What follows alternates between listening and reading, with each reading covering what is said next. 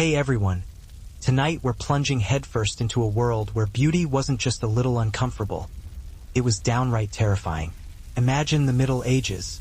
To be considered beautiful, you basically had to look like you were knocking on death's door. We're talking ghostly pale skin, hollow cheeks, and eyes so deeply shadowed they resembled fresh bruises. You probably wouldn't survive this beauty regimen, but don't worry, it's just a bedtime story. Before you get too comfy, take a second to like the video and subscribe, but only if you truly enjoy my content. Also, drop a comment letting me know what time it is where you are and where in the world you're watching from. I always love seeing who's joining us from around the globe.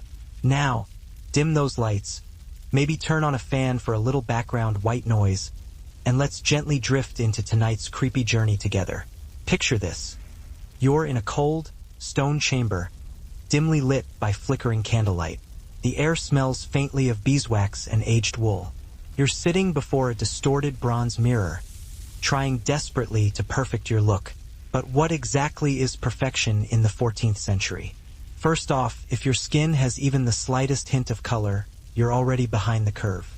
Pale skin wasn't just preferred, it was absolutely mandatory. It screamed wealth and status.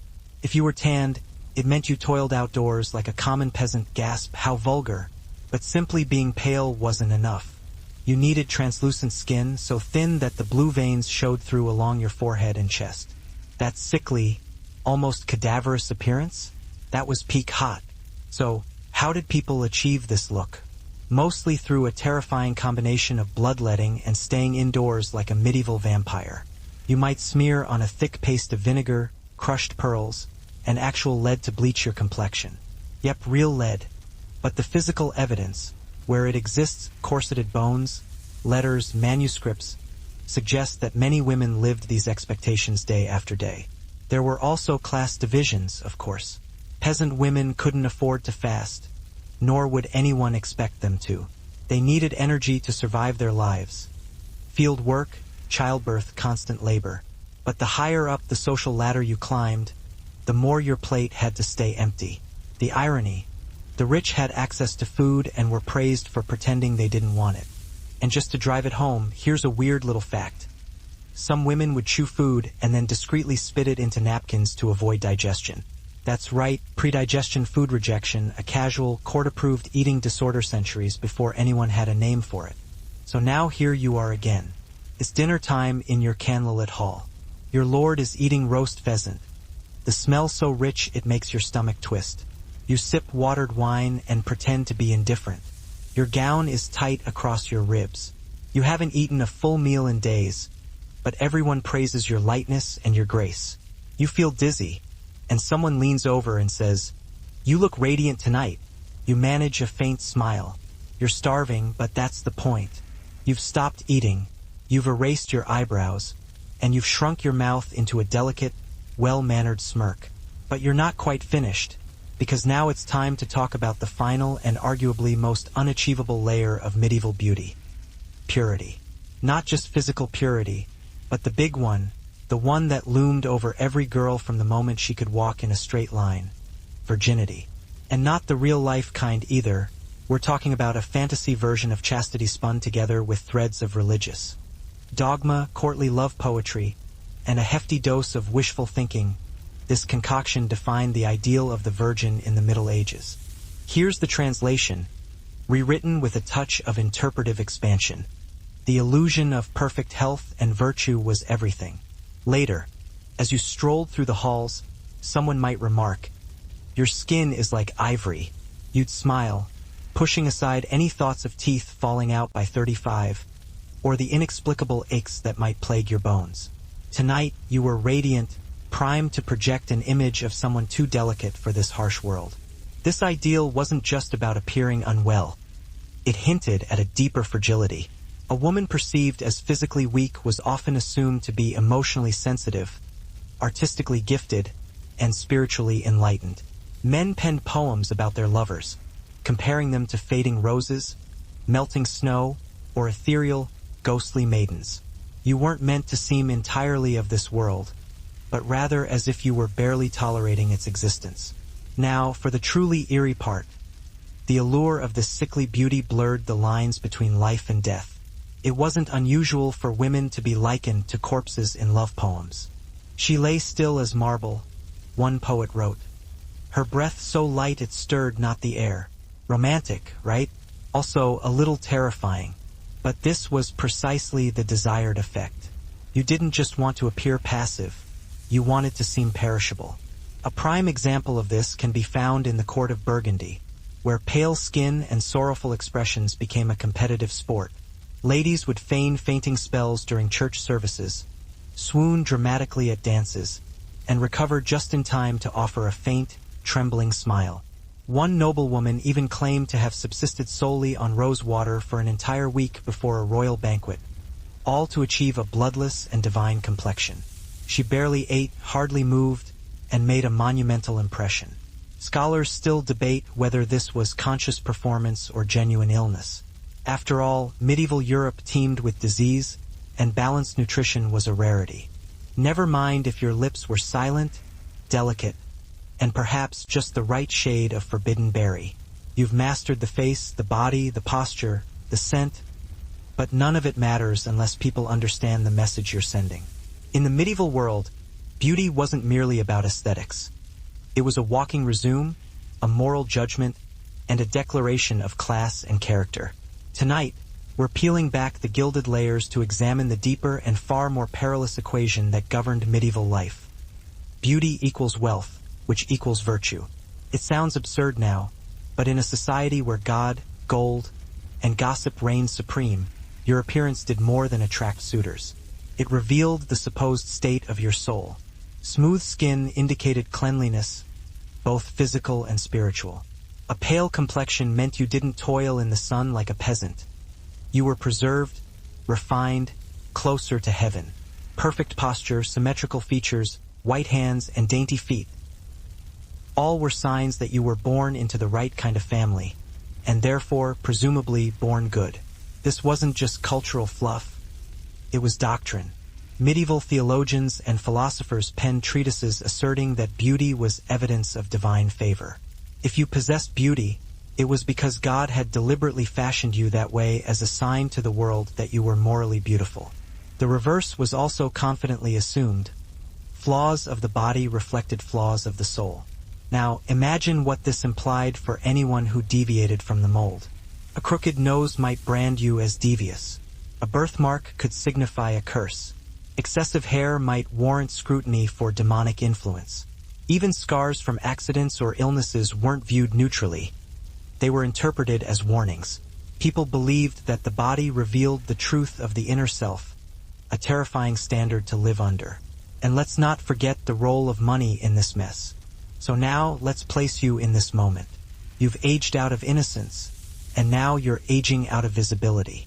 You no longer draw compliments, just glances. The younger women at court don't ask your opinion. The merchants don't lower prices for you. The songs are no longer sung in your honor, and your mirror starts to look like it belongs to someone else. One day, a child stares at you in the market and whispers something to his mother. You don't hear what he says, but the mother frowns and hurries him along. You smile as if you don't notice, but that night you sit in your room and trace the lines on your face. You're still here, still wise, still breathing, but in the eyes of the world, you've already disappeared. You've disappeared from the hall, from the marriage market, from the poems, from the hungry eyes of courtiers who used to bow when you passed. But what if you didn't fade quietly into the background? What if you leaned into the silence, into the thinness, into the pallor, and became something not just invisible but holy? Tonight, we descend deeper into the strange and sacred world where beauty, death, and sanctity blur, where the ideal body wasn't just delicate, it was practically disintegrating. Welcome to the age of the heavenly body, where the most admired women were saints, and saints often looked like stylish skeletons. Now, we've already talked about the obsession with looking pale, frail, and on the verge of collapse, but religious women, especially those canonized after death, took that aesthetic to its extreme. They weren't just admired for being thin. They were venerated for being nearly gone. Their bodies were supposed to be consumed by faith, literally wasted away in devotion. You weren't just close to God. you were evaporating into him. Take Saint Clare of Assisi. She reportedly fasted so severely that she needed to be propped up to attend Massachusetts. Her eyes were sunken, her cheeks hollow, her body barely able to stand. Now comes the hard part, walking. The goal is to glide, as if you're floating effortlessly. You've practiced this endlessly. Back straight, shoulders relaxed, feet close together, steps small, no swaying, no bouncing. Your gown weighs nearly 15 pounds, so if you lean forward too much, you'll trip on the hem. If you lean back, you'll strain your spine. And all of this must happen while pretending not to notice that you're dressed like a bedazzled sarcophagus. Breakfast is light if you eat it all. A bit of fruit, a piece of bread, diluted wine. Eating too much makes you sluggish, and sluggishness is most unbecoming. Your stomach already feels constricted under your gown. You sit with perfect posture while your husband discusses crops or politics with other men. You're not expected to contribute. You're expected to look vaguely interested, a silent, decorative presence. Then, appearances. If you're going to court, you must be impeccable. Your skin must remain matte, your breath fresh. You chew mint or suck on cloves, perhaps sip rose water if your throat gets dry. You smile occasionally, but never too broadly. You laugh only when it's safe and appropriate. You speak in soft tones, only when directly addressed. You sit for hours, stiff and composed, your limbs aching under layers of brocade and expectation. Midday means prayers, embroidery, perhaps a stroll in the garden, if your shoes can handle the terrain. You mustn't sweat. Sweat is common, peasant-like, and thoroughly undignified. If it's hot, you carry a fan. If it's freezing, you pretend it isn't. Comfort is not your job. Grace is. By evening, your skin itches fiercely under the lead paint. Your scalp is sore from the tight braids, and your corset has left faint bruises on your ribs. You retreat to your chamber, where your maid helps you undress, one layer at a time. You sigh with relief as the laces are loosened. You peel away the veil, the coif, the jewelry. It burned, corroded your skin, and eventually poisoned your bloodstream. But hey, you looked aristocratic while doing it. One historical figure who really embodies this look is Queen Elizabeth of York. Portraits of her show an impossibly pale face, hollow cheeks, and dark eyes, all framed by a high forehead, textbook definition of beauty at the time. Although scholars still debate whether these depictions were accurate or just artistic fantasies. Maybe she really looked like that, maybe she didn't. What we do know is that looking like death warmed over was a whole aesthetic, and women dove headfirst into it. Now, imagine trying to achieve that signature sunken cheek look without modern contouring kits. You'd have to resort to actual starvation. Wealthy women were known to severely limit their food intake, not only to stay thin but also to maintain that slightly gaunt, ethereal face shape. Some would even suck on lemons or rub them on their skin, hoping the acid would drain some of the plumpness from their cheeks. Sounds completely made up, right? Nope, that's a real medieval beauty tip, passed down from lady to lady. And let's not forget the role of the artist. Medieval painters weren't exactly going for realism. The faces they painted were filtered through layers of religious expectations and class-based fantasies. Smooth, deathly pale skin wasn't just beautiful. It was considered holy. A pure soul had to reside in a pure body, and that meant no flaws, no color, no warmth. If you were lucky, the local painter might throw in some gold leaf to brighten up your halo. Otherwise, you were stuck looking like a very fashionable ghost. But here's the strange, almost comedic twist. While noble women were desperately trying to look pale and frail, peasant women were actually, alive. They had sun-kissed skin from working the fields, muscular arms from hauling water, and rosy cheeks from actually getting fresh air and oxygen. A beautiful woman wasn't simply attractive. She had to embody an image of someone utterly unfamiliar with the concept of sex. If she happened to be married, she ideally maintained a virginal aura. This standard was ridiculously ethereal, untouchable, graceful yet completely innocent, mysterious yet morally transparent. Essentially, women were expected to be walking contradictions draped in incredibly expensive dresses. This expectation, of course, stemmed from the pervasive religious atmosphere. The Virgin Mary served as the ultimate role model, perceived as the epitome of womanhood. Kind, obedient, selfless, and eternally untouched. Artists and poets bent over backward to immortalize her as the central figure of female existence. Consequently, real women, complex, breathing individuals, were expected to contort themselves into this impossible mold. Pale, passive, and pure. Imagine yourself, you're maybe 13 or 14, old enough for marriage negotiations to commence. Your mother has already cautioned you to walk modestly, avoid eye contact with men, and never raise your voice above a whisper unless directly addressed. You've been meticulously taught how to sit with your ankles crossed, how to lower your gaze demurely, and how to utter no with just the right touch of angelic confusion. You've also been warned that even a hint of interest in anything might cast suspicion on your purity. Passion, after all, was a dangerous thing. Even your clothing reflected this bizarre juxtaposition of innocence and allure. Your dress might be modest in its cut, but crafted from opulent fabrics that whispered of privilege. You might wear a veil not merely as a fashion statement, but because exposed hair was associated with temptation. The more covered you were, the more virtuous you appeared. Modesty wasn't just a suggestion. It was legally enforced in certain regions. Literally, in parts of medieval Italy, laws dictated the amount of skin unmarried women could reveal. Many women were genuinely unwell, but instead of addressing the root causes, society aestheticized the symptoms. The distinction between sickness and style blurred to the point where real health problems became a fashionable accessory. If you think this trend vanished with time, think again. The idealization of the suffering woman persisted through the Renaissance, the Romantic period, and even into modern pop culture. There's something disturbingly timeless about a culture that praises a woman most when she's silent, fragile, and barely clinging to life. Back in your candlelit chamber, you examine your face in the polished bronze mirror. You've applied white powder, a subtle touch of crushed berries beneath your eyes, and tinted your lips just enough to suggest a recent, tastefully executed cough of blood.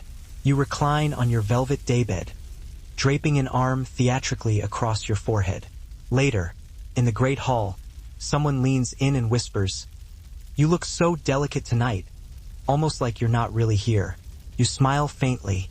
That's precisely the impression you were aiming for. You're glowing, all right, but it's less the radiant glow of health and more the faint shimmer of chemical exposure. Yet, in the flickering torchlight of the great hall, no one sees the damage beneath the layers. They see the alabaster skin, the veiled golden hair, the perfected, modest smile, the mask. Tonight, however, we're diving into a trend that took this delicate, dying swan beauty and gave it a proper Gothic twist.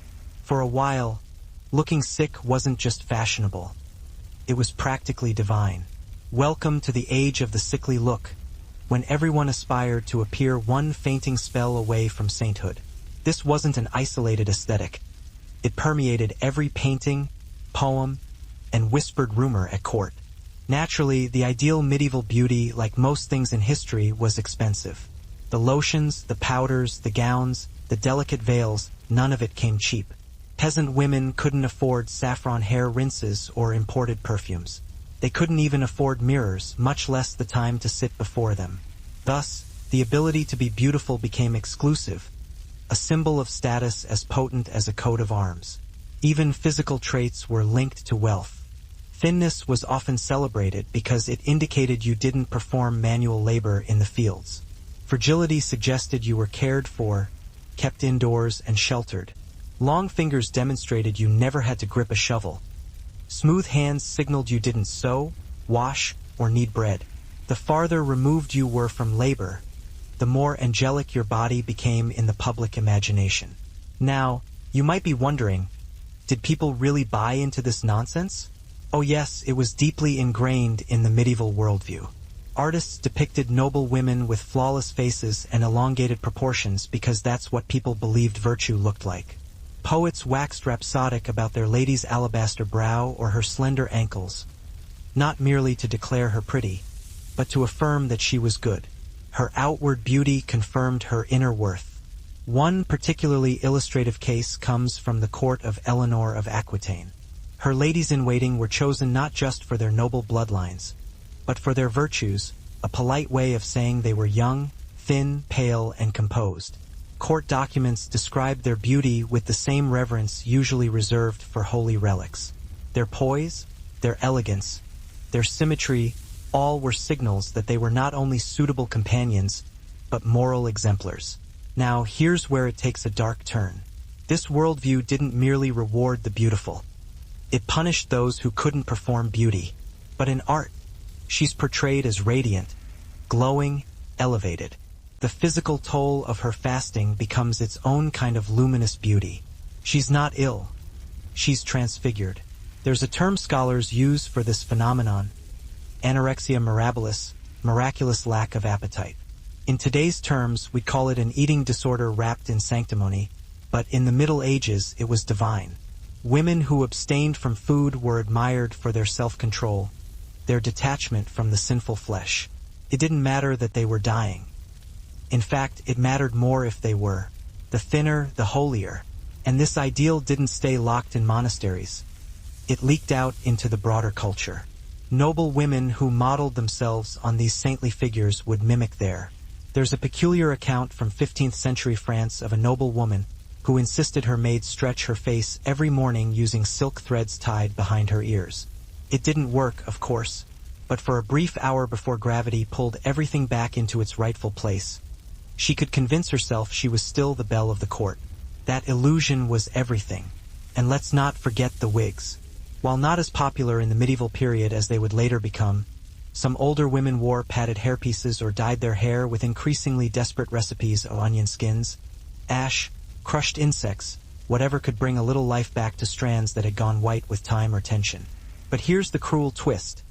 Many of these treatments damaged the scalp, causing hair to fall out faster. So, the harder you fought aging, the more obvious it became. And then came the social whispers. An older woman showing too much pride in her appearance might be accused of vanity, or worse, witchcraft. Yes, you read that right. You catch a glimpse of your real face in the polished metal mirror. Under the paint and powder, you're tired. Red blotches have formed along your jaw, and your lips are dry and cracked. She helps you wash with warm rose water. You sit still, eyes closed, allowing the gentle fragrance to soothe you. Then comes the ointment, something to ease the burning from the cosmetics, though it won't really help much. She rubs it gently into your cheeks. You thank her. She bows and leaves. And now you're alone. You lie in bed, face clean, skin tingling. Tomorrow, it will all start again. The powder, the binding, the perfect steps, the watchful stares. Beauty isn't a blessing. It's a regime, a job with no wages and no days off. You close your eyes and dream, not of knights or gowns or whispered compliments, but of walking barefoot in the grass with your hair unbound and no one watching. Section 22. Morning again. The sun spills weakly through the narrow glass window, catching the frayed edge of your linen veil. Another day, another slow descent into powdered silence. But today's a little different, because today is a feast day, which means it's not just about being beautiful. It's about being holy and beautiful at the same time. And you know exactly what that means. It's time to channel the ultimate feminine standard of the medieval world, the Virgin Mary. Because, in the twisted logic of your time, every woman is expected to look like a saint and a virgin, even if she's married, widowed, or has 7 children. Let's start with the obvious. The Virgin Mary wasn't just a religious figure. She was the prototype, the default setting for female perfection. Pure, selfless, gentle, and beautiful, but crucially, not seductively beautiful. Her looks were sacred, not sexual. So women across medieval Europe were expected to model their behavior, their posture, and, yes, even their faces after her. She was the role you were supposed to play for life. Virgin, mother, maiden, all at once. To the elite, this was horrifying, but to us, it's honestly kind of refreshing. Still, the divide was serious business. If a noble woman got too much sun and her skin darkened, it could be genuinely scandalous. She might lose social standing, or worse, be assumed to be morally suspect. That's how tightly beauty and virtue were intertwined. Your face didn't just speak for you. It shouted your entire identity, and if it didn't conform to the cold, pale standard, society made sure you knew it. Now, for a quirky little tidbit, There was a trend, especially in northern Italy, of using leeches for both medical and beauty purposes. Want to get rid of a pimple or lighten your skin a few shades? Slap a few leeches on your face and let them do their thing. People genuinely believed the blood they sucked out would carry away impurities. Scientific? Not even close. Painful? Absolutely. Effective? Debatable. And speaking of debates, there's an ongoing scholarly discussion around whether this whole beauty ideal was enforced more through actual fashion practices or through literature and art. Some historians argue that most women never really adopted these looks fully. It was more aspirational than literal. Others suggest that many upper-class women, especially those in court, took these standards very seriously and actually altered their bodies and routines to meet them. Which side is right? We may never know. Diaries from that time are rare, and beauty wasn't something people wrote about candidly. It was just expected. But that's the thing. The brutality of these standards wasn't in the actual lead creams or the starvation tactics. It was in the silence. There was no escape, no "do you, girl" movement. If you didn't conform, you weren't just unfashionable. You were suspect, maybe sinful, maybe diseased, maybe all three. So, you stare at your reflection in that blurry mirror.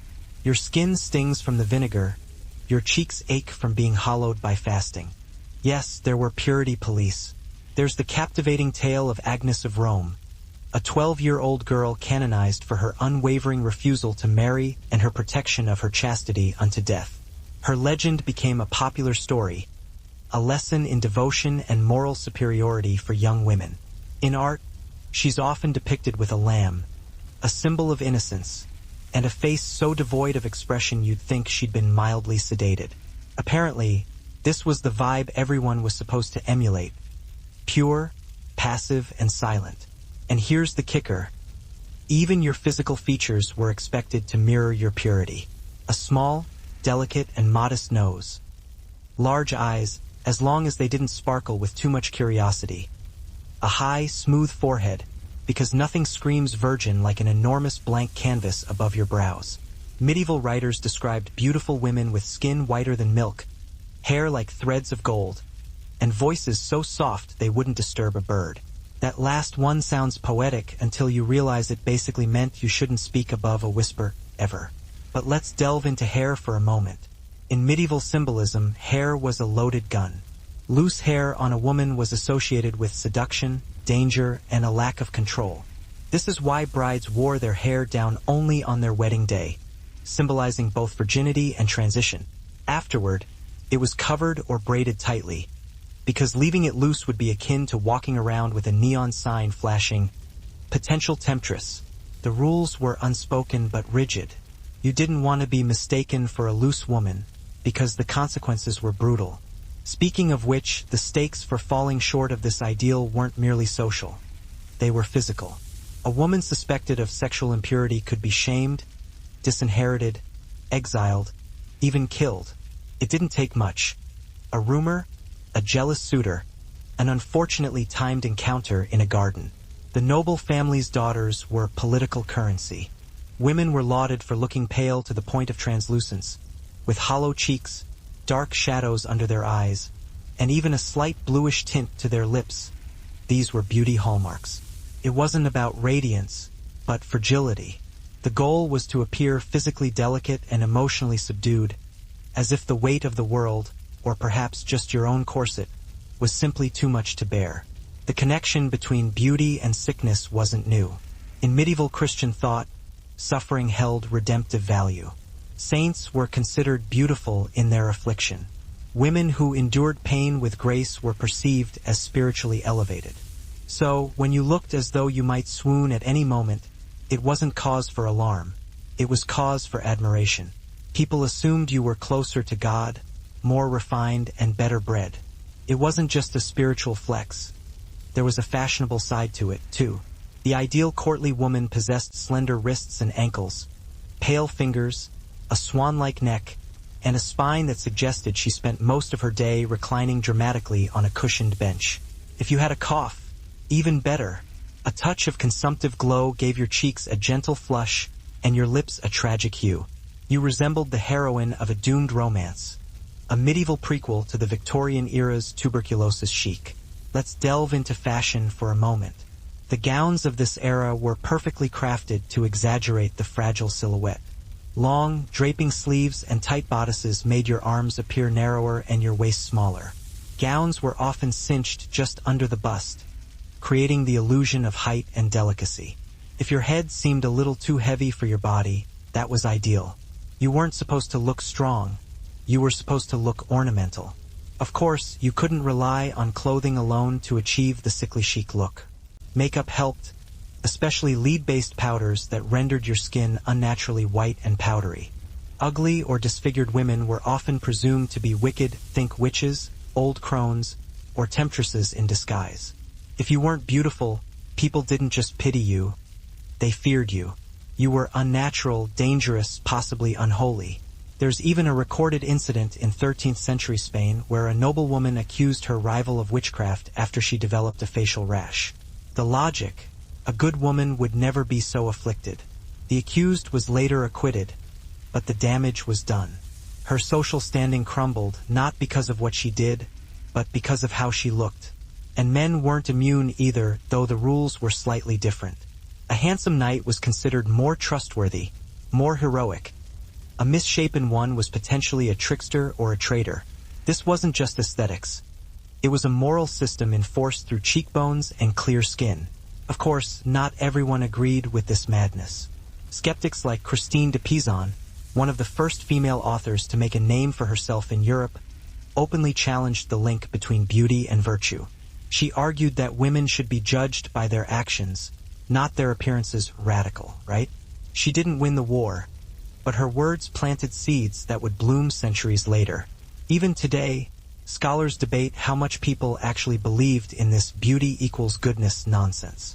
Was it literal, symbolic, convenient? Probably all three. It made life easier for the powerful and harder for everyone else, and that's usually how these systems work. Back in your chamber, you adjust your veil in the mirror. Your skin is powdered, your cheeks faintly flushed, your posture perfect. But tonight, beneath the layers of silken meaning, you sense a hum of anxiety. You've been watched all day, evaluated, praised, and silently judged. A maid brings in a letter, a suitor has written a poem. He calls you an angel of form and faith. There was a common belief that older women who seemed too alluring or too confident were using unnatural means to preserve their looks, unnatural being code for uncomfortable reminder that beauty doesn't die quietly. In one German village, a widow was accused of bewitching young men with her lingering charms. Her crime: wearing a red ribbon in her hair at 50. Scholars still argue whether this fear of aging was truly universal. Some believe older women, particularly widows, gained social freedom after their looks faded. No longer under the control of a husband or the pressure of courtly flirtation, they could own property, manage estates, and even speak their minds. There's truth in that, but it came at a cost. You had to sacrifice desirability to be taken seriously. You had to disappear from beauty before you could emerge as a person. There's also evidence that some women leaned into this invisibility. They dressed simply, kept their heads down, and played the long game. They became quiet powerhouses, advising younger women, manipulating marriage contracts, influencing politics behind heavy veils and soft voices. In some ways, aging became its own kind of weapon, but again, only if you stopped trying to compete. And in art, forget it. Older women were rarely painted unless they were saints, beggars, or allegories for sin. In the rare portraits that do exist, they're often shown with downturned eyes, heavily veiled faces, or hands clenched in prayer, an eternal apology for having lived past their moment. So tonight, you're sitting at your vanity. You see a faint crease near your eye that wasn't there last month. You touch it gently. Your maid notices, pretends not to. She brings over a bowl of cooled rose water and a cloth. You press it to your cheek as if it might erase time. Later at the feast, you watch the younger women laugh and dance. One wears a gown like yours from 10 years ago. No pressure. Acceptable marriage material. The Virgin was everywhere. On walls, in books, on coins, in sermons. You couldn't escape her. You could only try to become her. And of course, you'd fail because she's not real. She's not human. She's a symbol. And the moment you cried too loudly during childbirth, or showed too much ankle on the stairwell, or got caught laughing at a dirty joke, she vanished from you. Asterisk poof asterisk. No more Mary. Just another imperfect woman in a world full of judges. There's a scholarly debate about how much medieval women internalized this standard. Some argue that the Virgin was a source of comfort, a divine protector, a spiritual mother. Others see her as a tool of repression, an image used to force real women into narrow, painful roles. The truth, as always, is complicated. Some women found power in Marian devotion. Others suffocated under it. Many did both. And yet, amid all this pressure, there were glimpses of rebellion. Women who played the role, but whispered different truths in the shadows, who lit candles to Mary in the chapel and then snuck off to flirt in the gardens, who learned that you could wear a veil like armor, that looking holy was not the same as being obedient. So now, back in your chamber, your maid wraps your veil, smoothing the fabric so it falls exactly the way it does in the paintings. You tilt your head, practice the expression. Serene, kind, distant. You clasp your hands just so, folding them at your waist. At the feast, you sit quietly, eyes lowered, voice soft. A visiting bishop praises your modesty. A courtier says you shine like Our Lady herself. You smile just a little and think about how the Virgin never had to sit in lead makeup for 4 hours or pretend she didn't know what wine tastes like. You've spent the better part of your life walking a tightrope strung between modesty and magnificence, piety and perfection. But tonight, let's shift the focus a bit. The candle flickers, and you catch your face from a different angle. Let's not forget the eyebrows. They had to go too. Women plucked them until only a faint shadow remained. This wasn't because they hated expression. It's because eyebrows were seen as distracting, even vulgar. A woman's face was supposed to be a clean slate, like a holy relic or a statue. Emotions were messy.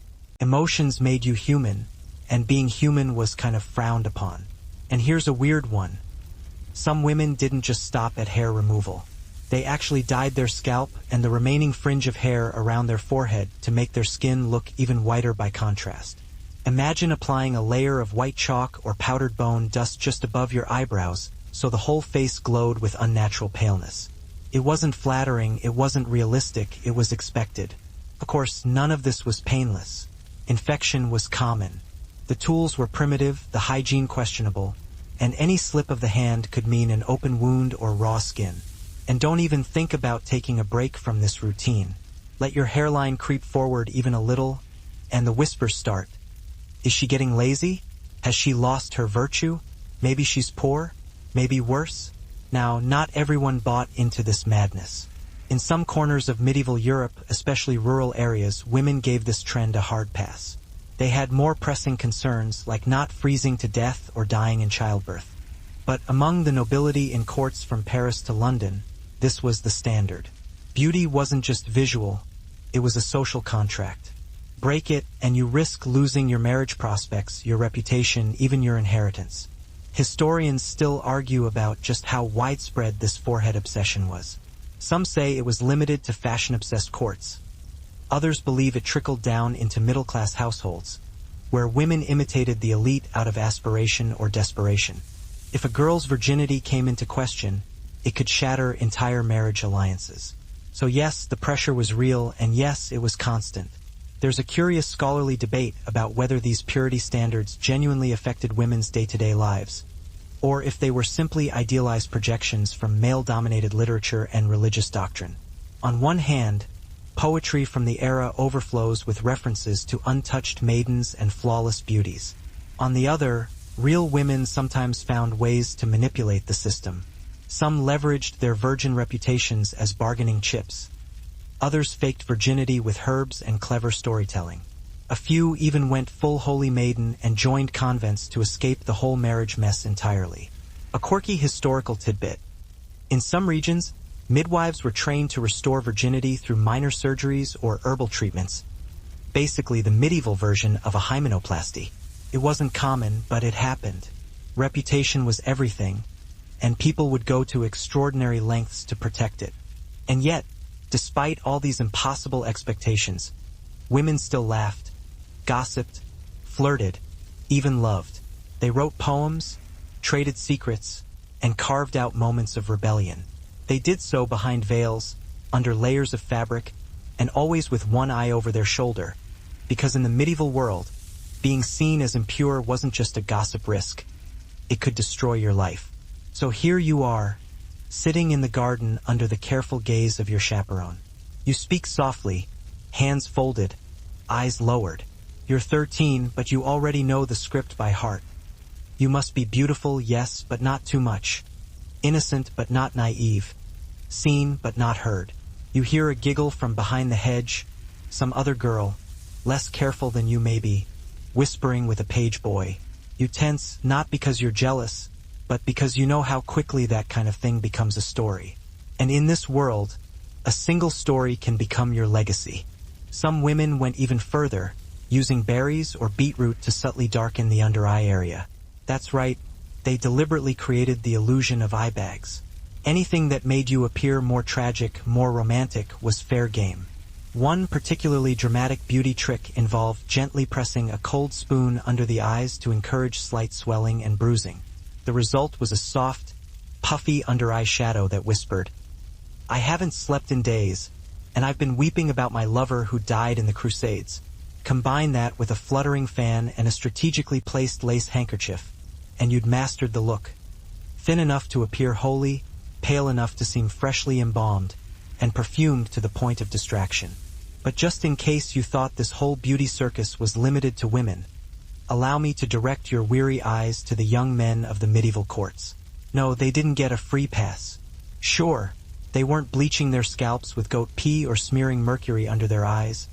But trust me, medieval masculinity came with its own punishing list of requirements. Tonight, let's discuss the impossible standards for men, too, because if you think your corset's tight, imagine trying to look brave, rich, and holy while surviving hand-to-hand combat. Start with the basics. The medieval dreamboat is tall, but not so tall that he appears awkward. He's lean but muscular, ideally possessing a wiry strength, like a sword with abs. His face is sharp, clean-shaven, with a high forehead. Yes, they plucked hairlines, too. A straight nose and clear, unblemished skin. His hands are delicate but calloused in just the right places. You want it to look like you read poetry by candlelight but could still murder a guy before breakfast. So, how did men maintain smooth skin and sharp features in a world with no barbershops, no razors, and a medical system that believed sneezing too hard might summon demons? The answer, very carefully and often painfully. You read the words and smile because you're supposed to, but you wonder. If your skin was scarred, if your body was different, if you laughed too loud or frowned too often, would he still see the angel or just a woman? You've spent the day sculpting yourself into a living statue of virtue, powdered, veiled, well-mannered, and ghostly pale. You've learned how to perform wealth, display chastity, and shrink into the outlines expected of you. But let's not pretend this performance was entirely voluntary. No, there were actual laws, written, enforced, and sometimes absurd, that dictated what you could wear, how you could wear it, and what fabrics were above your station. Welcome to the world of sumptuary laws. Medieval fashion police, where dressing too well could land you in legal trouble. Let's start with the basics. Sumptuary laws were regulations, often passed by monarchs or town councils, that controlled personal expenditures, especially clothing. These laws were meant to preserve moral order, but let's not sugarcoat it. They were mostly about keeping the lower classes in their place. You couldn't simply wear silk because you liked the way it shimmered. You had to earn your silk by birth, marriage, or divine appointment. And if you dared to fake your status by dressing too well, that was fraud, apparently fraud via fashion. For example, in 14th century Florence, women of the merchant class were forbidden from wearing belts made of gold or silver. In England under Edward III, no one below the rank of a knight's daughter was allowed to wear fur. Let that sink in. Your entire body could freeze solid during a particularly nasty winter, but if your father didn't own a certain amount of land, you'd better suffer stylishly in wool. Because if you wore fur anyway and got caught, you could be fined, shamed, or, in some cases, stripped of the offending garment on the spot. Nothing says maintaining social hierarchy like being forcibly undressed in public. Another carries herself the way you once did. Shoulders proud, lips modestly painted, eyes sharp. You just can't see it. You've been perfectly contained, face framed, jaw wrapped, body cinched, and you're still passing inspection. But here's the part they don't put in the love ballads or paint into the court frescoes. Beauty fades always. And in a world obsessed with your physical perfection as proof of your spiritual worth, aging wasn't just a natural process. It was a kind of public failure. Tonight, we're pulling back the silk veil to face what happens when time creeps in. When the skin sags, the hair grays, and the medieval world decides you've passed your expiration date. Let's get right to it. Aging was terrifying, not just for the person experiencing it, but for the people watching. A youthful face meant you were closer to purity, closer to marriageability, closer to divine favor. As soon as that youth began to slip, wrinkles near the mouth, crow's feet at the eyes, a little extra softness at the jaw, you could feel yourself sliding down the social scale. And for women especially, the descent was swift, cold, and merciless. The medieval concept of beauty was tied almost entirely to youth. Girls were married young, often as early as 12 or 13, not only because of strategic alliances, but because that's when they were considered most attractive. Gross, absolutely, but in the logic of the time, a girl's physical freshness was directly linked to her spiritual and social value. Once she began to age, often by her early 20s, she was no longer an ideal but a relic. Aging men had more wiggle room, of course. Gray hair on a man distinguished him, a lined face evidence of wisdom and hard-earned experience. But a woman with similar features was often pitted, mocked, or feared. Older women were pushed out of the center of court life, replaced by younger, more suitable beauties. You've seen how beauty served the church, the court, and the whims of men. But what about the women who found ways to use that impossible standard for their own advantage? Yes, tonight we're entering the dangerous, glittering world of medieval seductresses. The ones who twisted the rules, sharpened their veils into weapons, and turned beauty into power, not piety. Let's start with the infamous Agnes Sorel, mistress of Charles VII of France. She's often cited as one of the earliest women to wield her beauty like a political instrument. She wasn't noble by birth, but she rose rapidly through the court ranks by being unapologetically magnetic. She wore pearls, she wore fur, she wore gowns with necklines so low they made bishops sweat. In paintings, Mary is always the same. Pale skin, soft features, impossibly calm expression, long straight nose, downcast eyes, slight smile, as if she just heard an angelic joke but didn't want to seem smug about it. Her hair is either hidden under a veil or depicted flowing in gentle waves of golden brown. Her body is long and slender, her fingers narrow, her feet, when shown, perfectly clean, even when she's giving birth in a stable. She looks like she's hosting a polite garden party. So how do you, a mortal woman navigating court gossip and itchy gowns, pull this off? It starts with the clothes. Marian blue is the color of choice. Deep, celestial, and outrageously expensive, since the pigment came from lapis lazuli imported from halfway across the known world. If you can't afford actual blue fabric, you settle for pale versions or just white. Modesty is key. Your neckline is high, your sleeves are long, your veil is adjusted so that even your ears are hidden. No hair escapes, no curve is emphasized. You don't walk, you glide. You don't speak, you murmur. There's an entire genre of beauty based around this celestial ideal. The truth probably lies somewhere in the middle, like most things in history. But what's undeniable is that the high forehead became a kind of cultural shorthand for femininity, virtue, and aristocratic grace. It's unsettling, really. In a world where women had so few choices, controlling your appearance became one of the only ways to assert identity. But even that choice was a trap. You weren't choosing how to look, you were choosing how to suffer. So, you lean forward in your candlelit mirror, skin burning from the vinegar, your scalp red from plucking. Your hairline is high enough now to pass inspection, and your eyebrows are barely visible. You look serene, silent, unreadable, and honestly, kind of haunted. Okay, so your skin is sufficiently pale, great. You've managed to look like a walking manuscript illustration of a ghost. But now it's time to tackle something even weirder, your forehead. Yes, your forehead, because in the Middle Ages, the higher it was, the hotter you were.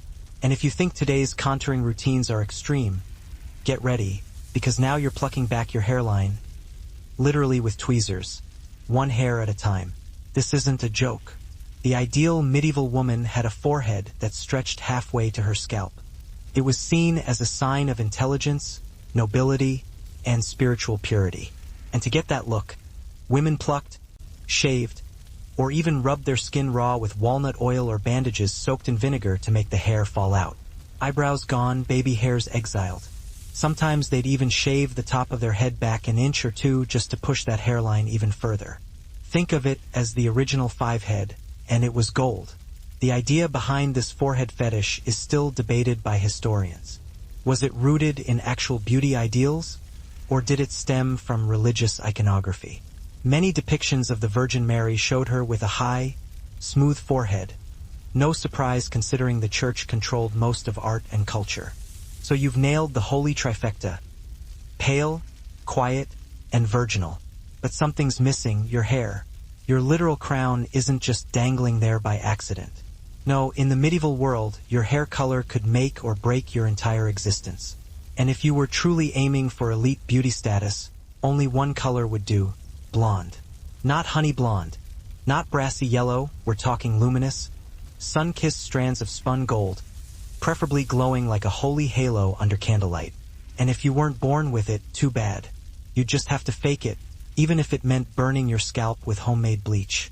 This obsession with golden hair didn't materialize out of thin air.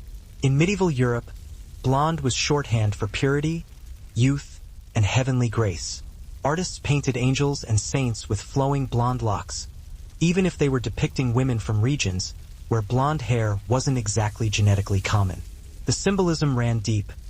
Blonde meant divine, blonde meant delicate, blonde meant you'd probably die young. And wasn't that just lovely? For brunettes and redheads, this was a problem. So women got to work with a variety of horrifying DIY treatments to lighten their hair. One method involved soaking your hair in a concoction of lye, alum, and stale urine, yes, urine, before sitting in the sun for hours. It didn't always work, but when it did, you'd end up with dried out, straw-like blonde strands and likely chemical burns. Beauty win? Maybe. Nerve damage? Possibly. One particularly infamous beauty recipe comes from a 15th century Italian manuscript, instructing women to mix saffron, lemon juice, and goat's urine, apply it to the hair, and then sit outside with a wide-brimmed hat that had the top cut out so just your hair would roast in the sun. The goal? Lift the pigment. The result? Sometimes it worked, but usually it just fried your hair into a crispy halo of medieval regret. And don't think you could just wear a wig. Upper-class young men used tweezers to shape their brows and remove stray facial hairs. That's right, medieval manscaping. Some even used vinegar-based tonics to cleanse their skin and prevent breakouts, since pimples were seen as signs of weak character or excessive lust. But beyond the face, a young nobleman's entire identity was wrapped up in his body and what he did with it. From childhood, he was trained for war, sport, and the extremely formal art of looking cool on a horse.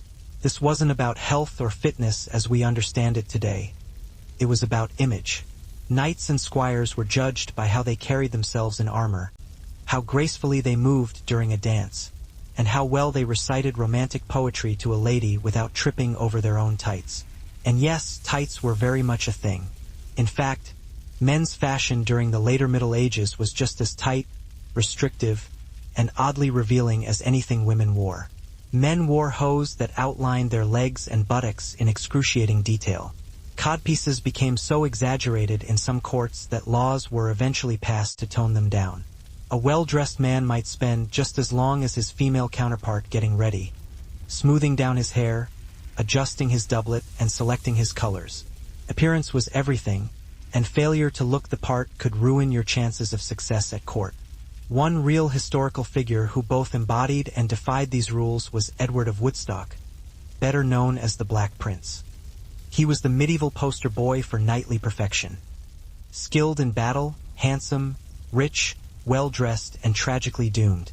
His early portraits depict a man with the classic look: strong nose, soft curls, and a fashion sense that screamed, "I'm ready for war," but also ready to pose for an oil painting.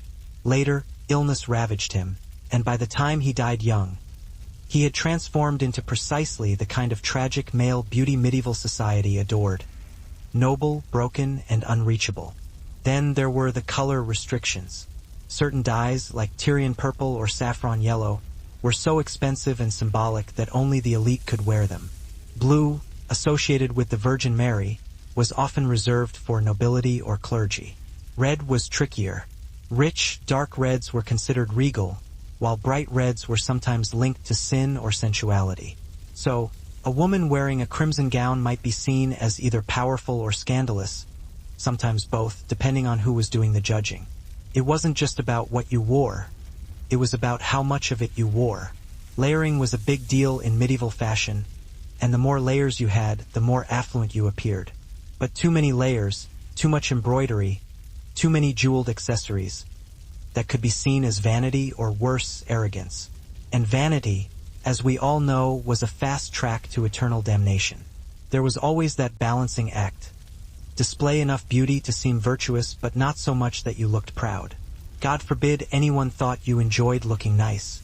Even headwear came under scrutiny. The hennin, the famous cone-shaped hat, was so closely associated with aristocratic women that some towns banned its use among the bourgeoisie. Imagine being fined because your hat was too pointy. Some cities had clerks whose sole job was to wander the streets, taking notes on who wore what, like a medieval Joan Rivers with a citation pad. A particularly bizarre case comes from 15th century Venice, where a woman was fined for wearing pearls sewn into the lining of her sleeves, not even visible inside the sleeves. But the logic was that hidden luxury still encouraged pride and vanity, even if no one else saw it. It's like they were policing your intention thought crime, but make it fashionable. And these laws didn't apply only to the lower classes trying to climb the ladder. They also targeted women in general. A lady who had once been adored might find herself sidelined, no longer invited to dances, ignored at feast tables, or referred to with the gentle but soul-puncturing label of matronly. What made this even crueler was that women were still held to the same behavioral standards. You had to remain graceful, modest, sweet, and now invisible. If you tried to hold on to your beauty through makeup or elaborate dress, people talked. If you let it go, they still talked. You were either desperate or decaying. There was no winning. Let's talk beauty treatments. Yes, there were anti-aging methods, though none of them were kind. Women used harsh exfoliants made of crushed eggshells and salt to scrub away wrinkles. They dabbed their faces with mixtures of honey, vinegar, and ground bone to tighten the skin. Some even applied animal fat to fill out sagging cheeks.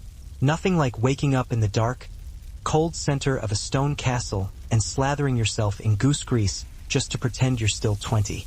Devout or royal you were, modesty was a moving target. You could follow every rule and still somehow fail at being appropriate. There were, of course, wimples for every occasion. Daily errands, simple linen, religious festivals, embroidered silk, but not too embroidered.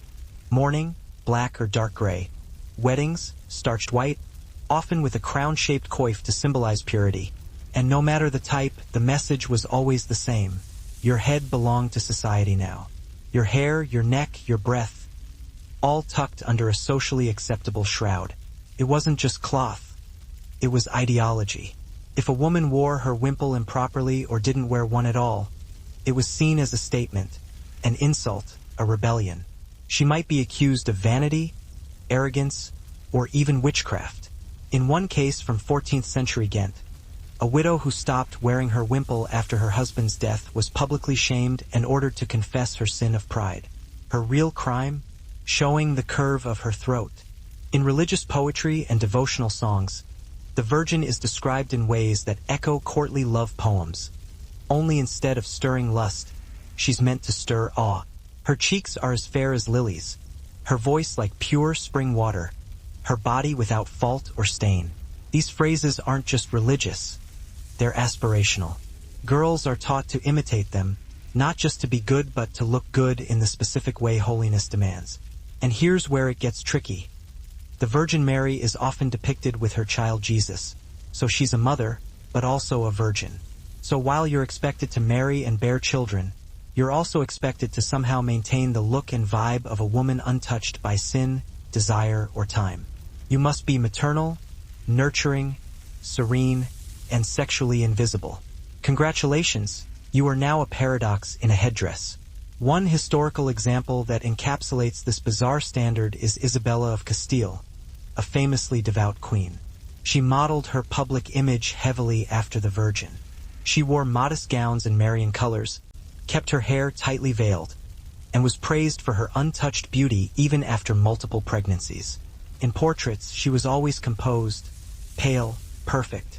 Her real-life personality, however, was fierce, politically ruthless, and at times cold, but visually, she was a walking altar candle. And yet, this expectation was never consistent. In some courts, especially more cosmopolitan ones like Avignon or Milan, the Marian standard mingled with more sensual ideals.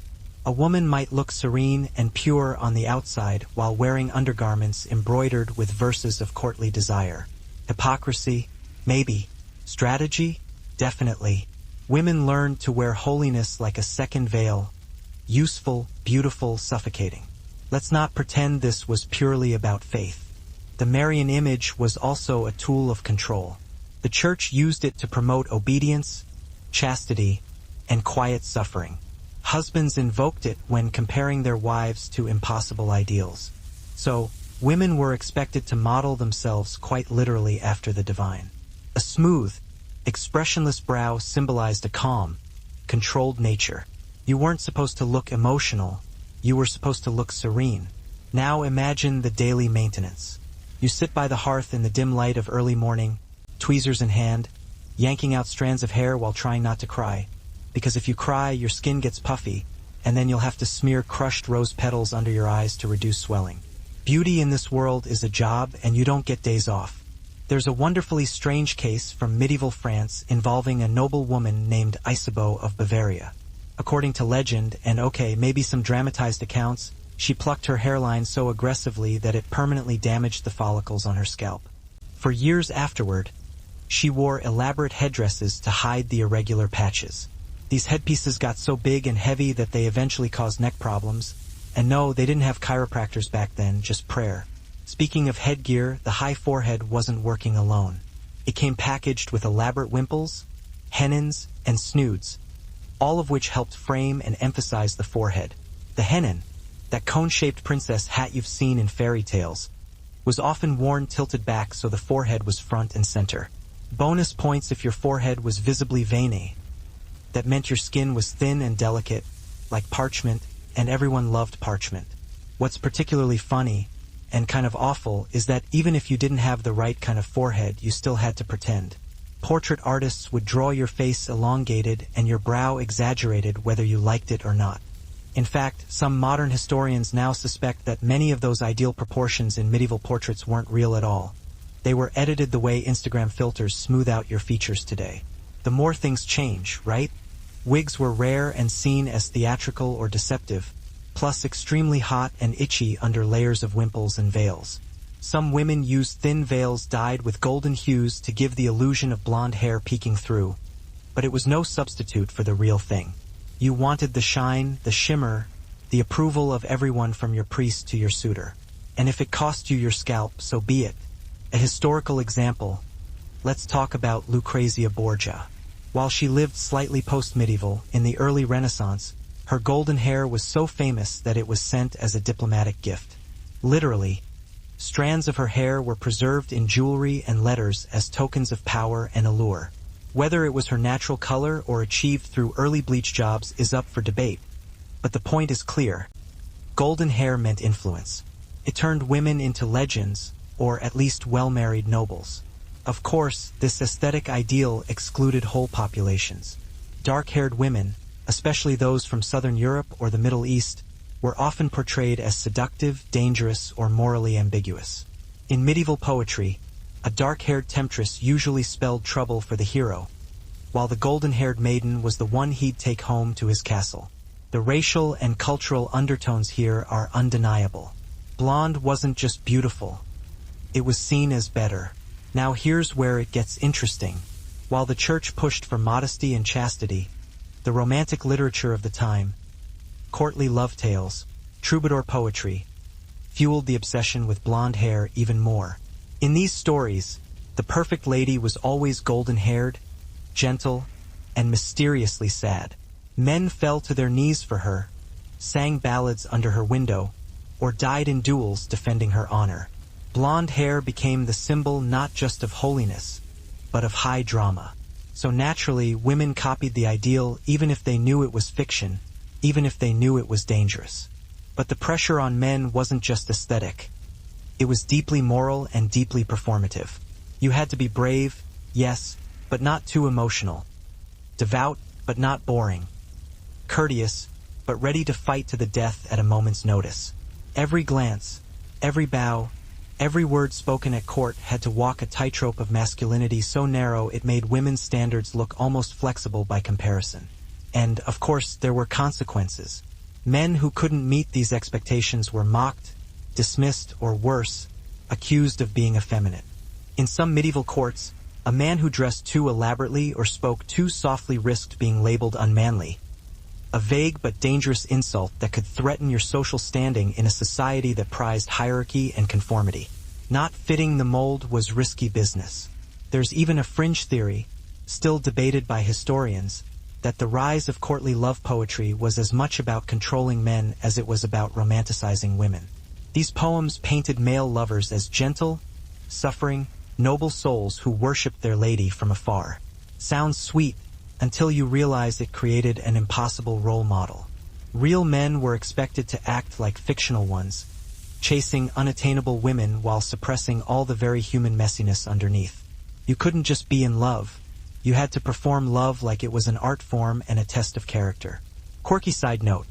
Some medieval men wore beauty patches, tiny silk spots stuck to the face to cover blemishes or signal a certain fashion forwardness.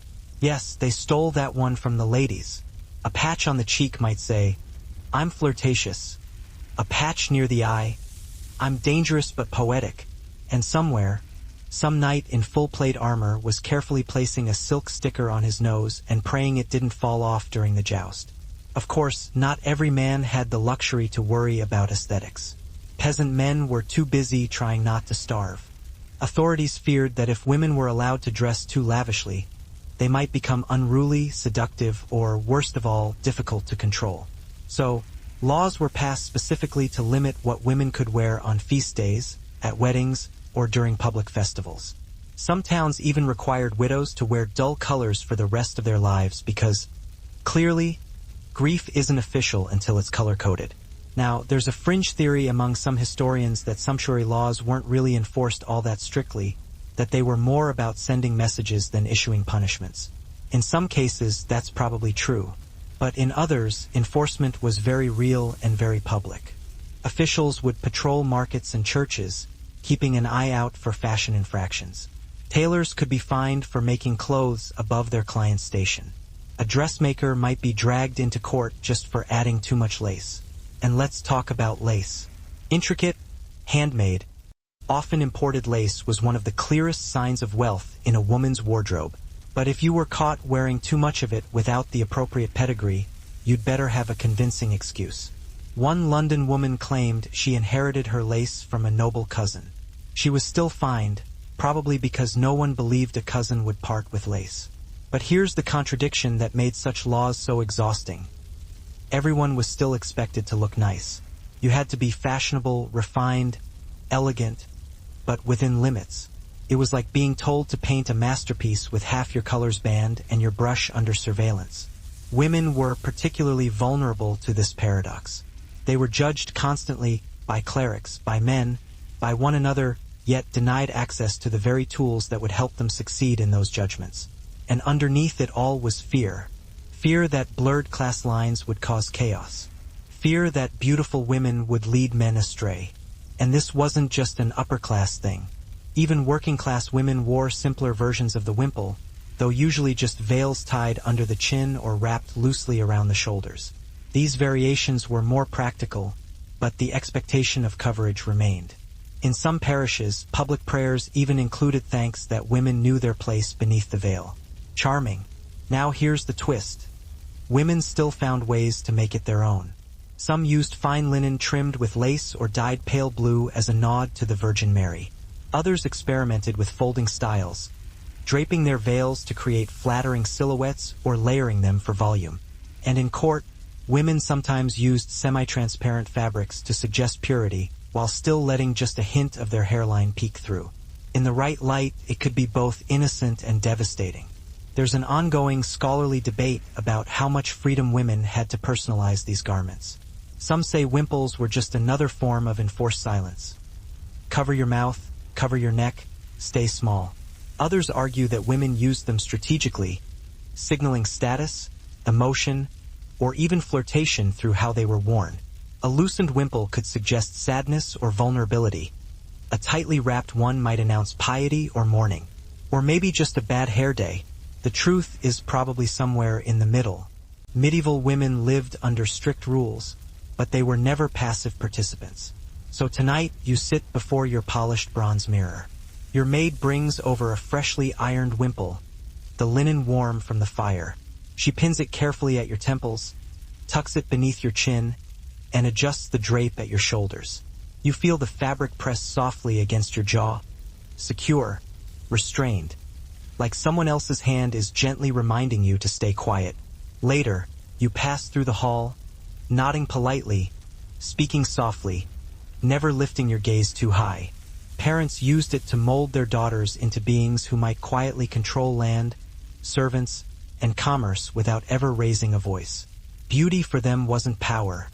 It was cover, a veil not of linen but of expectation. This brings us to an open scholarly debate. Were these women truly empowered, or just clever prisoners in gilded cages? Some argue they were complicit in their own objectification, trading real freedom for temporary influence. Others believe they were rebels, subverting a system that gave them only one tool and using it to carve out space where none should have existed. It's a complicated knot, and maybe the knot is the answer. After all, these women didn't invent the standards. They inherited them, like an old corset, too tight, beautifully made, completely inescapable. So they tightened it, posed in it, and made it work until it didn't. And now you're back at court, sitting through yet another feast. The room is thick with perfume and politics. Across the table, a visiting duchess tells a story with perfect timing and a slightly dangerous smile. The men around her hang on every word. She reaches for her goblet, slow and graceful, revealing just enough wrist to be remembered. Your eyes meet. She gives you a subtle nod. You nod back, and just like that, you understand each other, not enemies, not friends, just two women in a game with impossible rules. You're back in your chamber again. The fire has gone low, casting flickers of orange and shadow against the stone walls. The feast is over, the gowns are laid aside, and your face is scrubbed raw of paint and powder.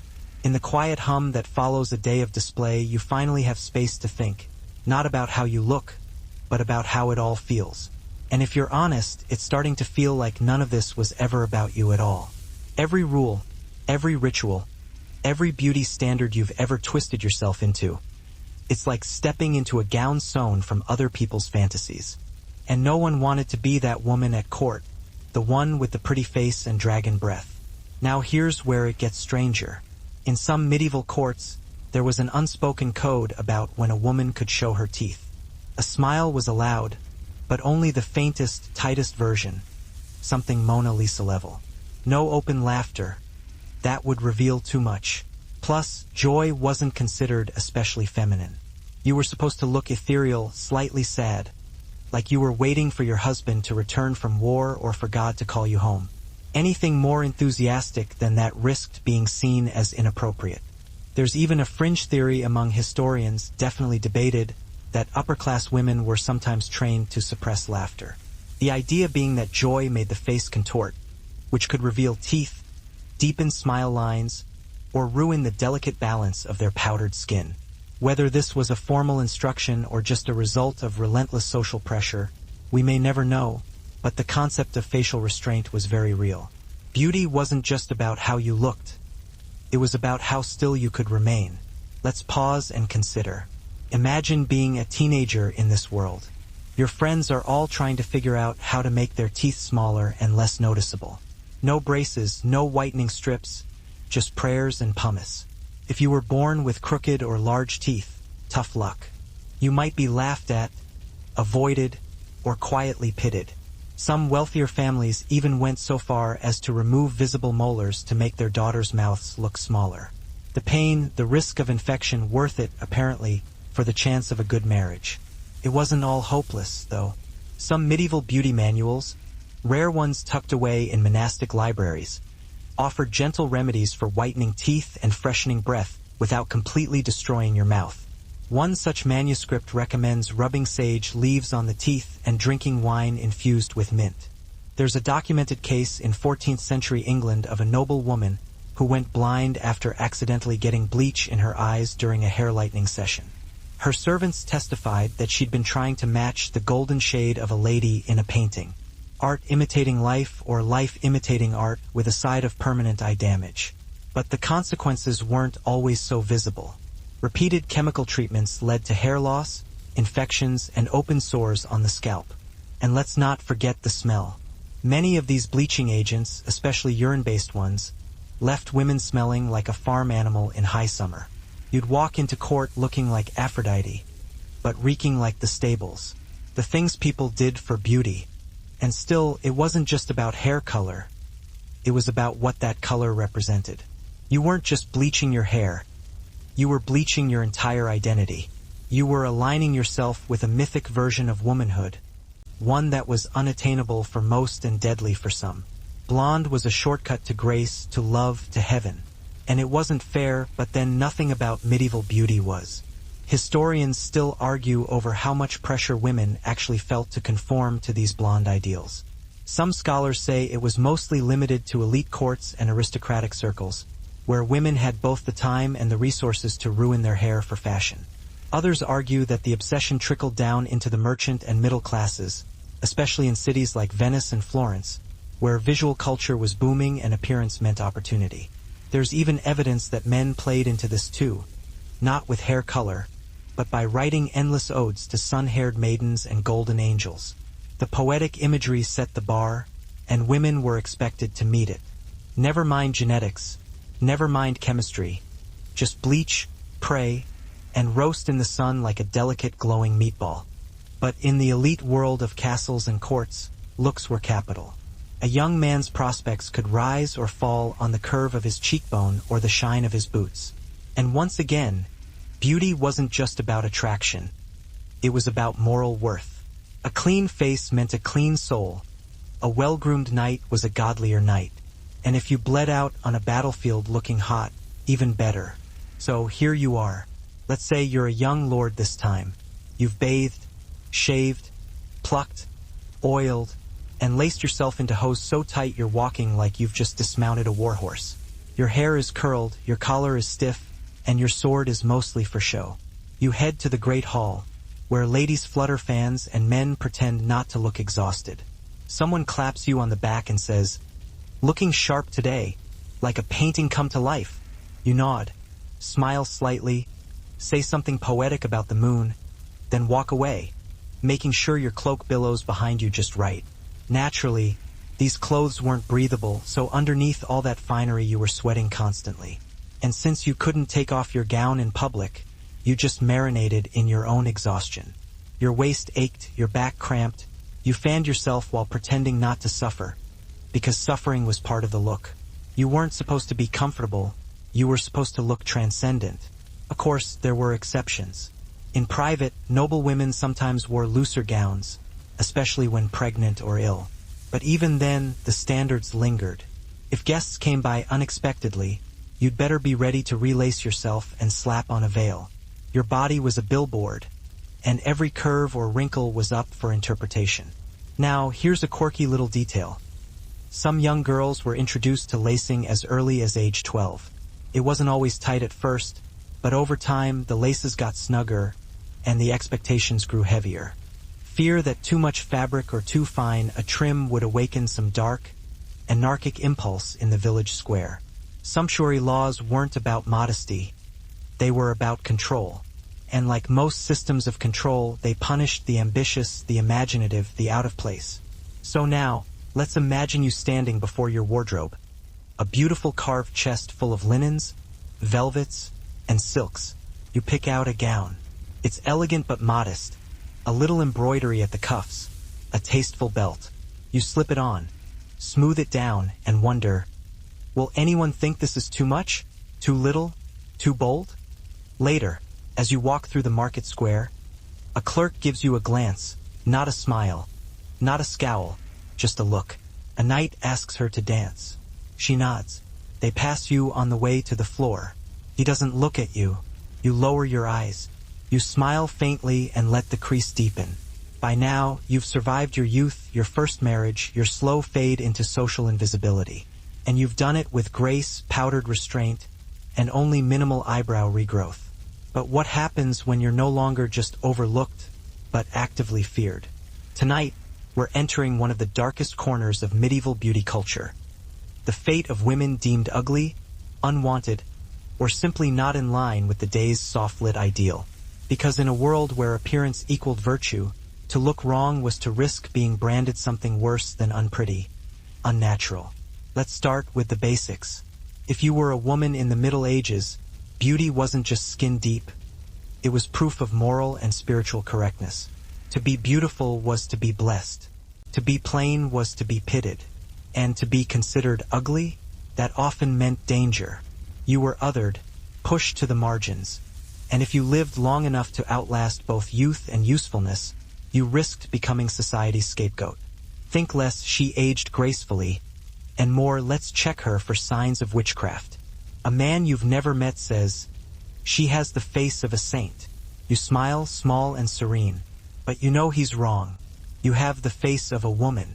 You lower your eyes, tuck your hands into your sleeves, and hope no one notices the tiny bit of forbidden lace hidden just beneath your collar. You're dressed exactly right, or so you hope. You've checked your sleeves for contraband lace, adjusted the weight of your veil to fall within legally non-scandalous territory, and you've settled on a belt that doesn't sparkle enough to draw suspicion. But before you walk out that door, there's one more thing to manage. Your wimple.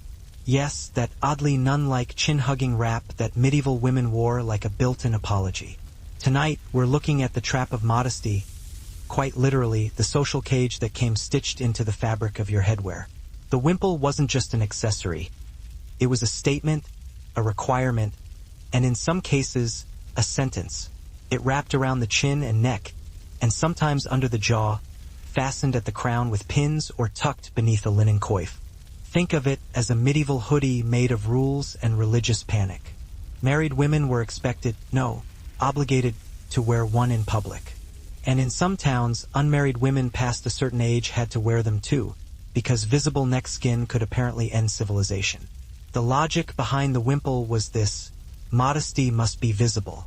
You couldn't just be modest in your behavior or your thoughts. You had to look modest at all times, from every angle.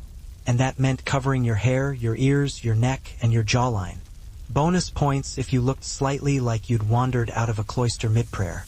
Of course, modesty had layers. A young noble woman might wear her veil slightly more loosely, allowing a glimpse of her hairline, if she wanted to flirt with disaster or the nearest knight. It never quite fits, it pulls in weird places, and it's heavy. God, is it heavy. Agnes, she painted her face, powdered her skin, and made sure her presence was unforgettable. She was both adored and hated, proof that power in a woman's body made people very nervous. Agnes didn't just look the part. She played the court like a harp.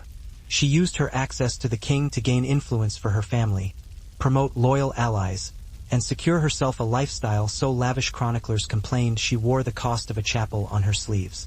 She's even credited with helping lift Charles out of a depressive slump during the 100 Years' War. That's right, while men swung swords, she lifted morale with a carefully timed smile and the glint of sapphire earrings. Of course, not all power came from such proximity to royalty. In Venice, the courtesan honest, the honest courtesans, were a class of educated, alluring women who blurred the lines between beauty, wit, and influence. These weren't your average tavern companions. They knew poetry, philosophy, fashion, and how to walk into a room like they owned it. Men didn't just want to bed them, they wanted to be them. Some wrote books, others hosted salons. They dressed in gold-threaded gowns and spoke in calculated tones. Their beauty was curated, but their minds were just as sharpened. These women understood something most noble women couldn't say out loud. If you were going to be judged on your appearance anyway, you might as well choose the stage, control the lighting, own the script. One fringe case, a woman named Sibylla from Prague, reportedly used her exceptional appearance to gain audiences with merchants, clergy, and even traveling nobility. She wasn't of noble birth, but she reinvented herself through fashion, carefully layering imported fabrics, perfuming her skin with rose oil, and studying noble speech patterns. Honestly, that's one of the more reasonable tips we've heard so far.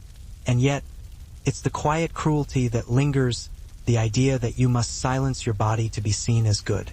You had to shrink everything. Your voice, your mouth, your appetite.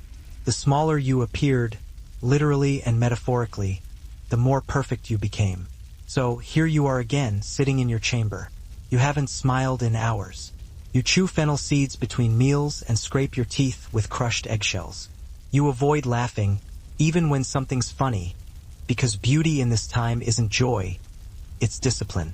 And if your teeth are starting to hurt, don't worry. That just means it's working. Your forehead is now the envy of every noble woman from London to Lubeck. You've sacrificed your eyebrows, your scalp, and probably your sanity, but you're finally achieving that prized look. A pale, expressionless canvas, ready to be admired and judged. But don't think you can relax just yet. Tonight, we descend further into the mouth of madness. We're talking teeth, tiny, discreet, impossibly delicate teeth that never show, never smile too widely, and absolutely must not look like you've ever eaten anything harder than a grape. In medieval beauty law, the mouth was a contradiction. It had to be there, obviously, but it shouldn't do much. No loud laughing, no toothy grins, no yelling across the courtyard because your goat got loose again. Lips were meant to stay closed, demure, mysterious, and teeth, the smaller the better. Ideally, your teeth were white, small, evenly spaced, and invisible 90% of the time. If someone actually saw your teeth, you were doing femininity wrong. This standard was rooted in more than just aesthetic taste. It had moral implications. A small, closed mouth was considered a sign of modesty and self-control. Large teeth or a wide mouth, by contrast, were associated with gluttony, vulgarity, and sometimes even sexual promiscuity. So now, back in your chamber, you sit by the window with your scalp still stinging. You've followed the recipe from that whispered beauty manual. The sun beats down through the open circle in your straw hat. Your hair steams. You smell faintly of lemons and livestock. A servant fans you lazily. You feel lightheaded, but maybe that's just the fumes. Later, at court, someone glances your way. Your hair catches the candlelight. It shimmers for a moment. You think, maybe this was worth it. Then someone else turns to look, and another. You smile faintly and tell yourself not to scratch your head, because it still really, really burns. At this point, you've probably figured out that medieval beauty was less about being alive and more about looking like you were slowly fading out of existence. But don't think for a second that this obsession with delicate looks meant people actually smelled delicate. Welcome to the rank underbelly of medieval beauty culture, where baths were rare, sweat was constant, and your nose was the unsung hero trying to get you through each day without fainting. First off, no, medieval people weren't completely allergic to washing. They bathed more than the myth suggests when they could. But for noble women, hygiene wasn't always about health. It was about optics. You were supposed to smell fresh and floral, yes, but without getting wet. Actual bathing was seen as potentially dangerous to the soul, or even harmful to fertility. Plus, medical experts of the time claimed that hot water opened your pores, making you more vulnerable to disease, sin, or both. Because nothing screams medical knowledge like blaming your bathtub for a plague outbreak. So what did women do instead of bathing? They perfumed a lot. They doused themselves in rose water, lavender oils, crushed violets, and even spiced vinegar. Some stuffed their undergarments with dried herbs like mint, marjoram, and thyme, basically turning their corsets into medieval potpourri sachets. The message was clear. Start early, learn to tolerate discomfort, and become one with your body cage. It's tradition. Scholars still argue over how damaging this was. Some believe early bodices weren't nearly as restrictive as Renaissance or Victorian corsets. Others point to skeletal remains showing warped ribs and compressed lungs, especially among noblewomen who spent decades in structured garments. The truth probably lies somewhere in the middle. Not everyone suffered the same way, but suffering was definitely part of the package deal. It's worth noting, too, that this wasn't always self-inflicted. The pressure came from all sides. Parents, suitors, the church, the court. Young women didn't just wake up one day and decide to lace themselves into immobility. They were told, explicitly or implicitly, that their value increased the smaller they became and the tighter the bodice. The more marriageable they were, the more angelic they looked, the more admired they became. So here you are in your chamber again. Your maid pulls the laces on your kirtle. You grip the bedpost, exhale. She tugs tighter. You try not to flinch. Once the waist is cinched, she smooths the fabric, then helps you into your outer gown. It feels like armor. Heavy, impossibly beautiful, impossibly exhausting. The court, you glide through the hall, spine straight, arms poised. You can't breathe deeply. You can't turn quickly, but you look exquisite. Someone whispers, "She's so graceful," like she floats. You smile faintly. You're not floating. You're being held together by 30 feet of linen and someone else's expectations.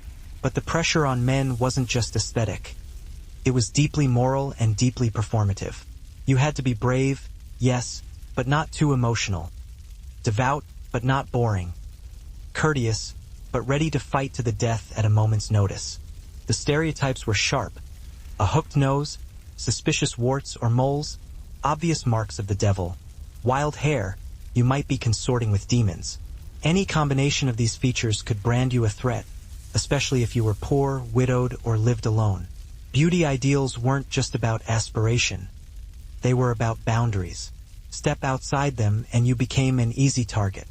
There's a chilling record from 15th century Germany of a woman named Hilda, a midwife who was known for her sharp tongue and unkempt hair.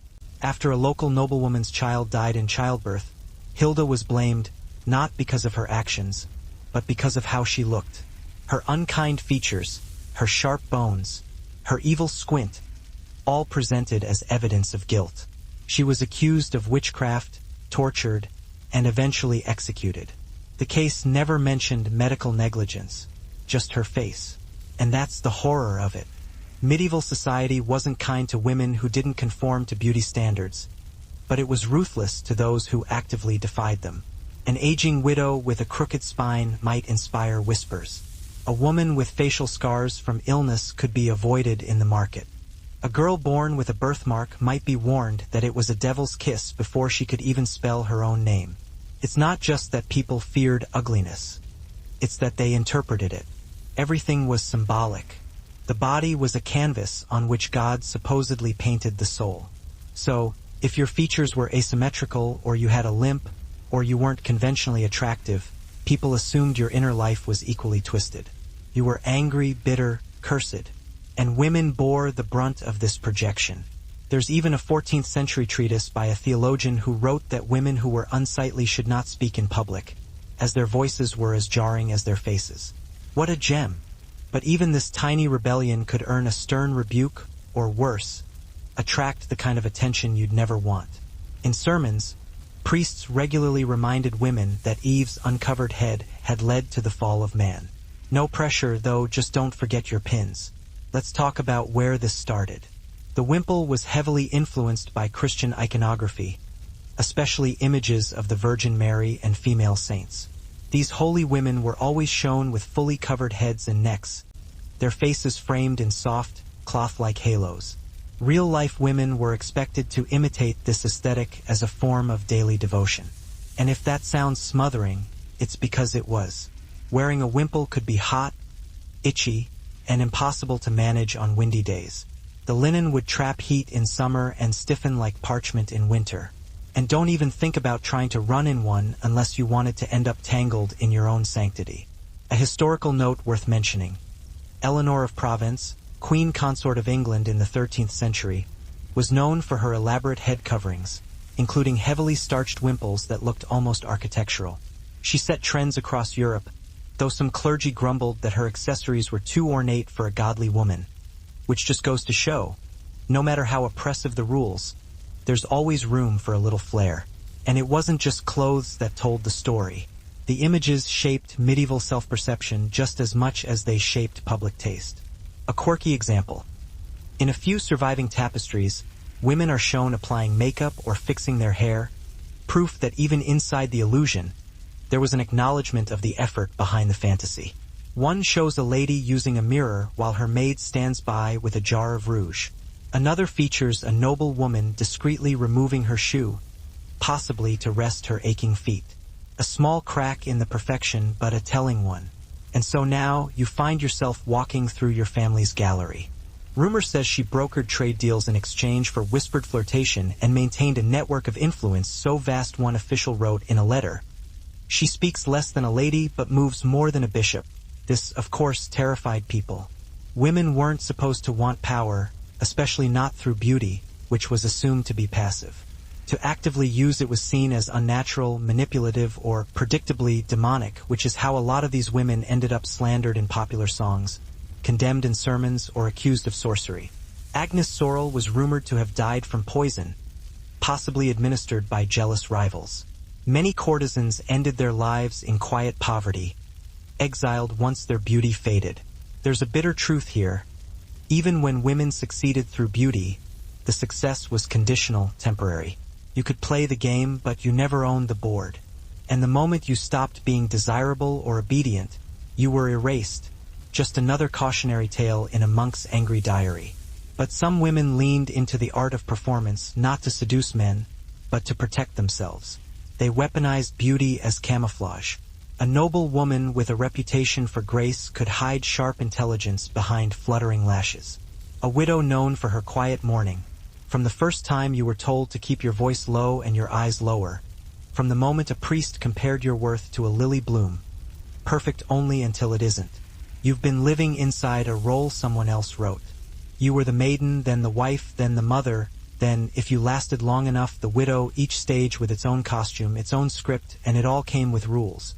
Too pale, and they say you're sickly. Too flushed, and they say you're sinful. Too thin, and you're clearly starving yourself for God's approval. Too curvy, and you're indulging in earthly sins.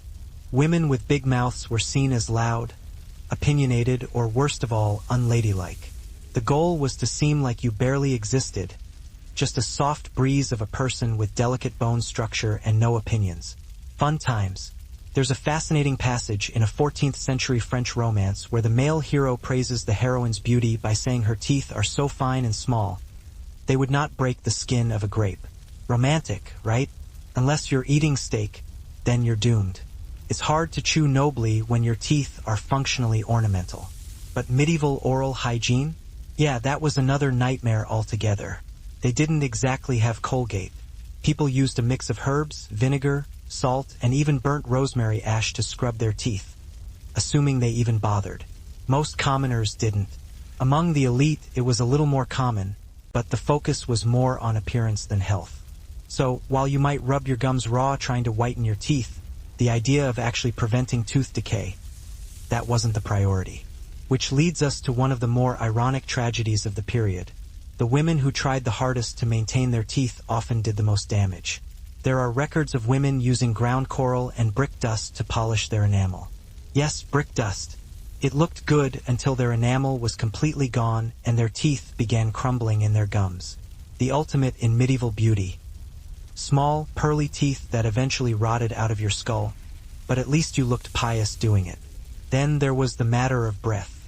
You couldn't show off your tiny, perfect teeth with breath that smelled like boiled eel and sadness. So medieval women chewed herbs, often parsley, mint, or cloves. Some also used rosewater mouth rinses, which didn't do much medically but at least covered up the evidence of a questionable diet. In some parts of Italy, women were known to chew fennel seeds and even sprinkle ground cinnamon into their mouths before social engagements. Linen chemises and veils were also frequently laundered, more so than the body itself, in a constant attempt to trick people into thinking cleanliness was happening. And then came the masks. No, not COVID style, but scent masks. Perfumed gloves, pomanders, small perforated balls filled with aromatic resins, and even garlands worn around the neck or pinned inside dresses. These weren't just decorative. They were olfactory armor. The upper classes understood that things stank. The key was to stink better. Let's talk about hair, since we just tortured it in the last section. If you thought scalp care was a modern obsession, think again. Medieval women often went weeks without washing their hair, instead rubbing it with scented oils to mask the natural buildup. Rosemary, clove oil, and bay leaves were popular choices, not for cleanliness, but to convince people your head hadn't turned into a small ecosystem. One quirky tip from a 14th century beauty manual recommends boiling rosemary and wine and using the mixture to rinse the hair and cheer the brain. Sounds nice until you remember how often lice made themselves at home in those braids and veils. Delousing was a constant, itchy battle. Women used special combs, vinegar rinses, and prayers, lots of prayers. Now, not everyone could afford the luxury of smell-masking oils and herbs. For poorer women, especially in the cities, public bathhouses were a more realistic option, until the church decided they were too sinful, because apparently bathing in the same room as other people was a gateway drug to lust, disease, and moral collapse. Many bathhouses were shut down or heavily regulated, and women were expected to wash modestly at home using a basin, a cloth, and whatever level of shame they could muster. But here's where things get contradictory again.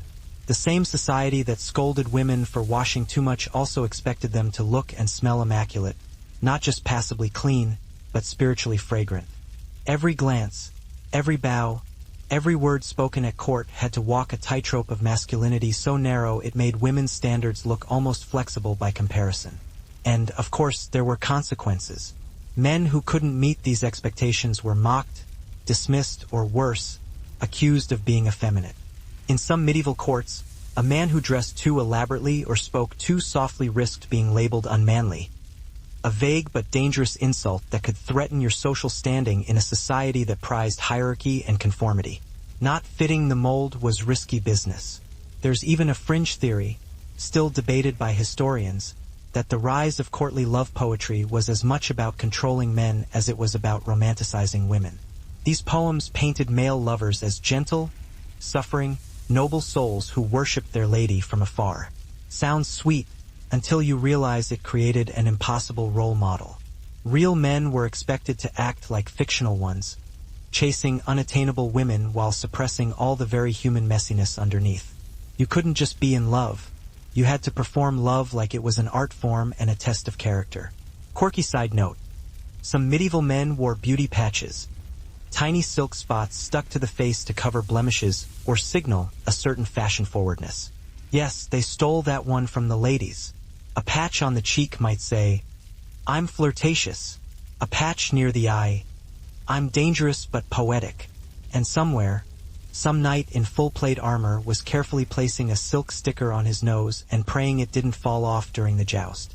Of course, not every man had the luxury to worry about aesthetics. Peasant men were too busy trying not to starve. But in the elite world of castles and courts, looks were capital. A young man's prospects could rise or fall on the curve of his cheekbone or the shine of his boots. And once again, beauty wasn't just about attraction. It was about moral worth. And while that sounds cartoonishly cruel today, it was a very real sentiment in a time where silence, modesty, and loveliness were all tangled together into one impossible rope you were expected to hang your entire life from. One quirky and heartbreaking coping method was the emergence of what modern scholars call beauty confessionals. These were private letters or diary entries, rare, yes, but they exist, in which women documented their perceived flaws. A woman might write of her dull eyes or coarse hands, not to lament them exactly, but to express guilt, as though her lack of beauty were a failing she owed penance for. Imagine apologizing to God in your evening prayers because your cheekbones never developed. But even in these harsh conditions, women adapted. Some leaned into their differences. Folk healers, herbalists, and cunning women, many of whom operated on the fringes of society, sometimes turned their outsider status into a form of power. If they were already feared, why not make that fear work for them? They cloaked themselves in mystery, gave ominous-sounding advice, and lived just far enough outside the village to make visitors nervous. Ugly became other, and other became useful until, of course, it became deadly. You want real irony? Some of the traits feared in so-called witches, dark hair, arched brows, intense gazes, were also traits praised in courtly poetry when attached to the right kind of woman. If a duchess had sharp eyes, she was a fierce flower.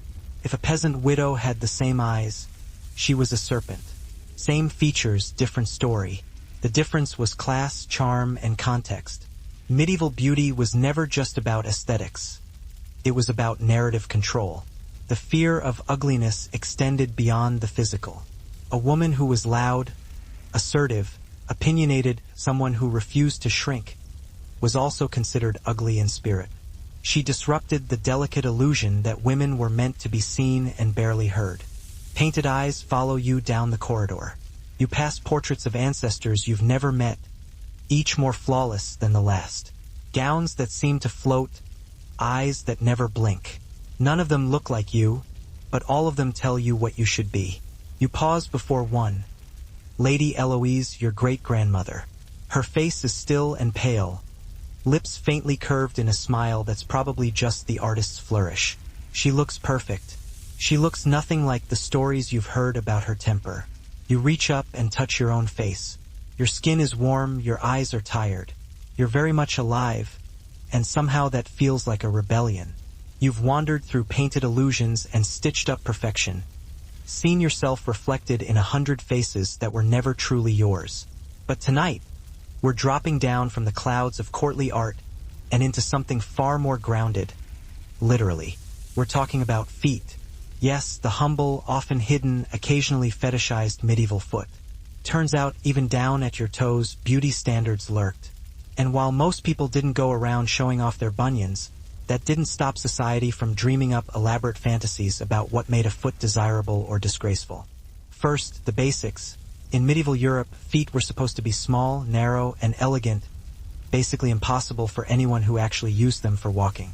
The ideal foot was delicate, high-arched, with well-shaped toes, and ideally so dainty it never had to touch anything unpleasant like mud, dirt, or, God forbid, labor, which is hilarious given the actual state of roads back then. Unpaved, uneven, and frequently decorated with medieval surprises. But that's the thing with beauty standards. They're never about reality. They're about aspiration. And aspiring not to have to use your feet was apparently quite chic. So how did people show off something that was usually hidden under layers of cloth and leather? Through shoes, of course. Your body was never truly your own. It was a canvas upon which priests, poets, portrait artists, and insecure husbands projected their desires and anxieties. You've witnessed other women vanish into these imposed images, transformed into either saints or scandals, sometimes both simultaneously. You've meticulously learned the prescribed poses. Knees demurely together, eyes lowered in submission, a smile that's soft but not so inviting as to provoke unwanted attention. You've sat by the bedsides of dying mothers who whispered fervent prayers for their daughters to be beautiful enough to secure a marriage, as if their very survival depended on perfect symmetry. And in a way, it did. Let's be honest. It wasn't solely about aesthetics. It was about obedience. Beauty was merely the sugar coating on a pill of compliance. If you were deemed lovely, people automatically assumed you were virtuous. If you were virtuous, you were expected to remain silent. And if you stayed quiet, the world would move smoothly around you, but only as long as you remained within the carefully drawn lines. There's a theory proposed by modern scholars, modern by medieval standards, suggesting that the beauty ideal wasn't just a reflection of virtue but a substitute for it. In a world where women were denied the right to own property, vote, or lead armies, beauty became their only viable currency. If you couldn't wield power, you could at least be pretty. If you were forbidden from speaking your mind, you could still captivate with your appearance. But that theory assumes women were merely passive receptacles for male desire, and you know that's not the complete story. You've observed how women strategically employed beauty, wielding it like a needle, sometimes to stitch together alliances, sometimes to pierce through the ambitions of others. You've watched courtesans charm warlords and widows outmaneuver bishops. You're pale, hollowed, hairless in all the wrong places, and your mouth is small enough to pass medieval inspection. At this point, you should be golden, right? But no, because now comes the part that ties it all together, being thin. Not just thin, but fragile, ethereal, one skipped meal away from sainthood. Because in the Middle Ages, looking like you hadn't eaten in days wasn't just fashionable. It was holy. Fasting wasn't just for monks and mystics. Among noble women, not eating became a badge of both spiritual devotion and social superiority. The thinner you were, the more virtuous you were assumed to be. A woman with a full figure might be considered healthy, sure, but she was also suspected of indulgence, gluttony, or even moral weakness. The ideal body was soft but slight, delicate but shapely, like a sculpture that might break if you breathed too hard on it. This wasn't some quiet, internal practice either. In many aristocratic courts, fasting was flaunted. Women would attend feasts but barely touch the food, delicately sipping wine or picking at a piece of bread with exaggerated grace. It wasn't just about health, it was about power. Denying yourself pleasure, especially in public, sent a message. I am in control. I am closer to God. I am better than you. Now let's talk about Saint Catherine of Siena. She's probably one of the most famous examples of religious fasting in the medieval era.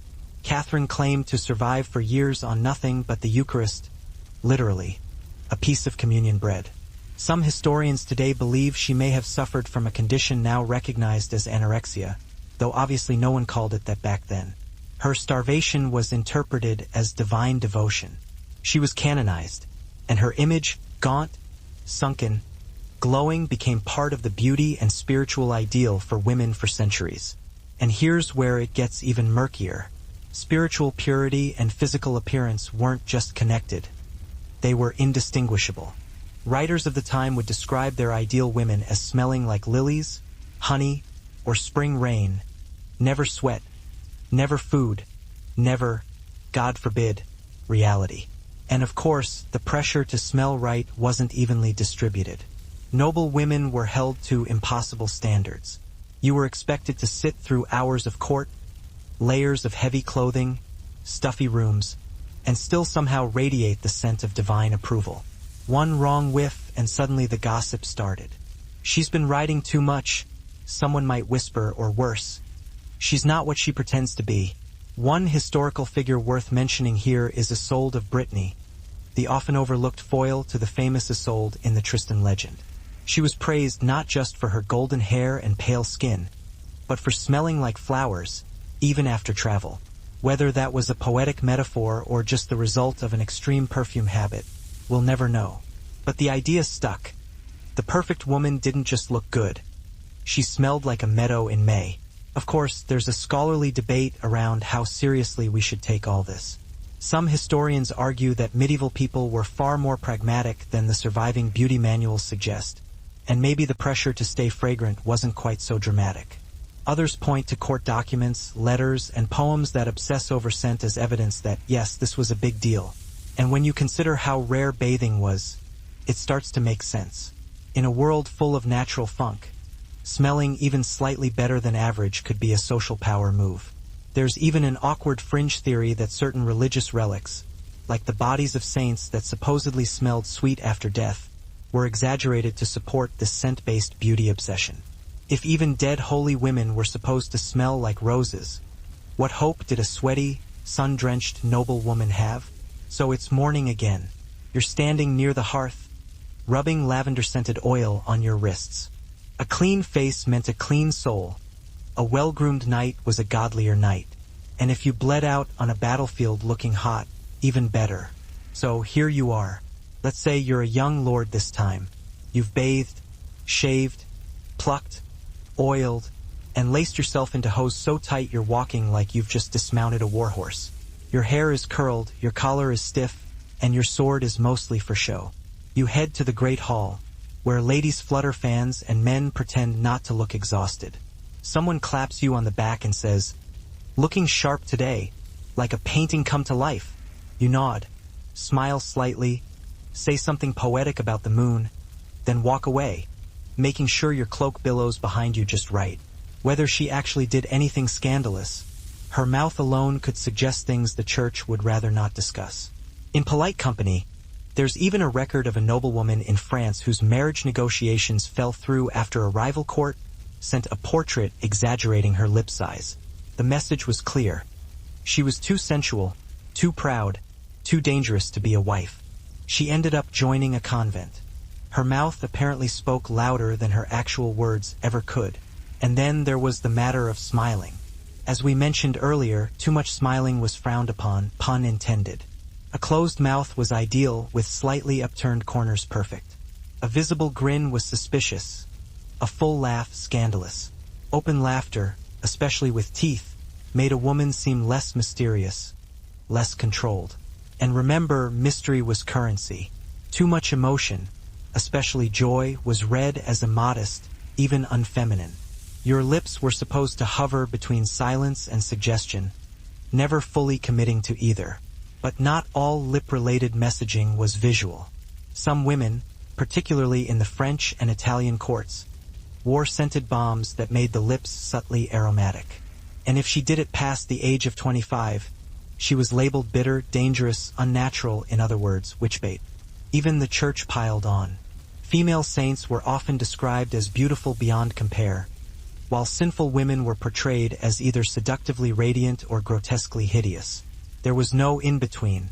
In sermons, priests warned men that evil women may wear the face of angels or of devils, which is another way of saying, don't trust any of them, but especially not the ones who look like they've lived. Habits.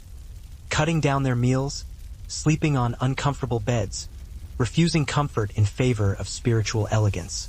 Some even wore tight cords or belts around their waists, not for fashion, but as symbols of bodily rejection, a corset of faith, if you will. One woman, Margaret of Cortona, was so committed to her penance that she wore a spiked chain under her dress. Her body was permanently marked by her devotion, and this too was beautiful. When she died, people collected her belongings as relics. Her pain became legacy, her broken body a monument. You start to see the pattern. Women's suffering wasn't just tolerated, it was aestheticized. And it didn't stop with fasting. Illness, injury, disfigurement, if framed correctly, could elevate a woman's image to something nearly supernatural. In some cases, actual corpses became objects of worship. Saintly women who died untouched were exhumed, examined, and, if they looked suitably preserved, displayed. Yes, displayed. You might walk into a chapel and see the mummified body of a nun laid out in glass, her bones wrapped in lace, her face covered by a painted wax mask of eternal youth, and people loved it. They prayed to these bodies, they kissed their coffins, they believed the closer you got to their remains, the more your own soul might benefit. The ideal woman didn't just die beautifully, she stayed beautiful after death. Corpse, but make it holy. Let's not pretend this was entirely about religion. And medieval shoes were doing the absolute most. Pointed shoes were all the rage, with the length of the point often dictated by social status. The higher your rank, the longer your toes. They were impractical, uncomfortable, and often required stuffing to maintain their shape. But who cared? You were making a statement. I am rich and I do not need to walk anywhere. But the barefoot image also had connotations of vulnerability, even sensuality. A woman with bare feet was exposed, maybe holy, maybe fallen. Either way, she wasn't neutral. There's also the issue of smell. Let's be real. Shoes back then didn't breathe. Foot odor wasn't just possible. It was inevitable, which led to some inventive attempts at deodorizing. Some noble women stuffed their shoes with rosemary, dried lavender, or even slices of lemon peel to keep things fresh. One beauty guide from the 15th century recommends steeping the feet in wine and ash to cleanse them of both odor and sin. Whether that worked is debatable, whether it stung is not. So what happens when your feet don't meet the standard? You cover them, you keep them quiet, you don't draw attention to them unless you're certain they'll pass inspection. There's even a fringe theory that some women took to dragging their skirts slightly longer than necessary, not just for modesty, but to hide large or misshapen feet. Your shoes might sparkle, but only if your toes deserve to be seen. So here you are back in your chamber, preparing for yet another long day of being admired while pretending you aren't. Your maid helps you into your slipper-like shoes, gently tugging the silk ribbons at the ankle. You wiggle your toes, sore from yesterday's feast. The soles are already worn, and the heels ache, but the shoes look divine. Later at court, you sit by the fire, ankles crossed, feet perfectly posed beneath your gown. A knight kneels nearby, eyes drifting just barely to where your shoes peek out. He smiles faintly. You smile back. You've known ladies who flirted with ruin, all just to feel seen again, to reclaim some semblance of agency. Yet even those small victories came at a steep price. You've witnessed women lose everything the moment they faltered, aged, spoke out of turn, or wore the wrong garment on the wrong holy day. One day they're luminous, the next they're utterly forgotten. And regardless of how intelligent, pious, or politically astute they were, their story is often reduced to their physical appearance. You remember Lady Allen, don't you? Perfect skin, sharp wit. She once talked a noble out of initiating a war. You overheard him say later that she had a nice jawline for a woman with opinions. That's what he remembered. Not her intelligence, not her diplomatic skills, just the angle of her face. And it wasn't just the nobility. Even peasant girls were caught in the crossfire. If they were too pretty, they were suspected of seducing the priest. If they were too plain, no one would take them as wives, and they'd become spinsters, mysterious, pitted, and perhaps a little feared. Beauty was both a weapon and a wound, or perhaps both simultaneously. And here you are, still here, still trying. You catch yourself glancing in the mirror again tonight, not out of vanity, but for survival. You're searching for lines, for color, for that indefinable quality that tells you you're still in the game. You wonder how many other women are doing the same in rooms just like this. Candles burning low, hair unbound, faces bare, wondering who they are beneath all the layers of paint. You think about what it would be like to stop, to wake up and not have to adorn yourself with symbols, to wear something simple, to eat without obsessing over whether your waistline will betray you, to laugh too loudly, speak too boldly, walk barefoot without apology, to be seen not as a symbol but as a self. A woman who was naturally thin and pale could be seen as blessed, maybe even saint-like. A woman who had to work at it through starvation, herbs that induced vomiting, or long nights of self-flagellation was still admired, but with a different flavor of reverence. She was admired for her suffering. There are quirky tidbits too, like the popularity of something called holy anorexia. It wasn't a medical term, obviously, but a spiritual label applied to women who fasted to the point of hallucination and ecstasy. Some noble families even encouraged this behavior in their daughters, seeing it as a shortcut to sainthood, or at least a way to increase the family's religious prestige. That's right, starving your child could be a career move. And don't get the wrong idea, men were doing similar things, especially in monasteries, but it hit women differently. Fasting became not just a religious act, but a gendered performance. You weren't just purging your body of sin. You were proving that you were too holy for hunger, too pure for earthly needs. Your body wasn't yours anymore. It was a shrine. But let's rewind to the daily grind of it. Imagine waking up in your cold, stone chamber with a roaring fire that doesn't actually do much.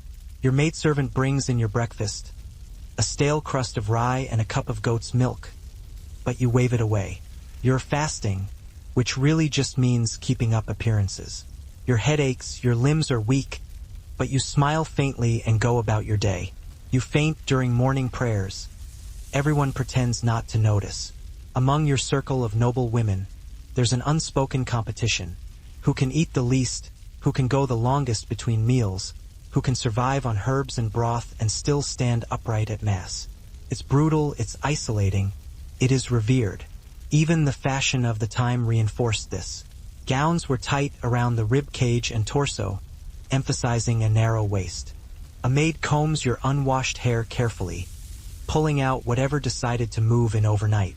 You dab rose water on your neck, tuck a sachet of mint into your bodice, and inhale deeply. You don't feel clean, not really, but you smell acceptable, maybe even good. Later in court, a knight passes close by and pauses.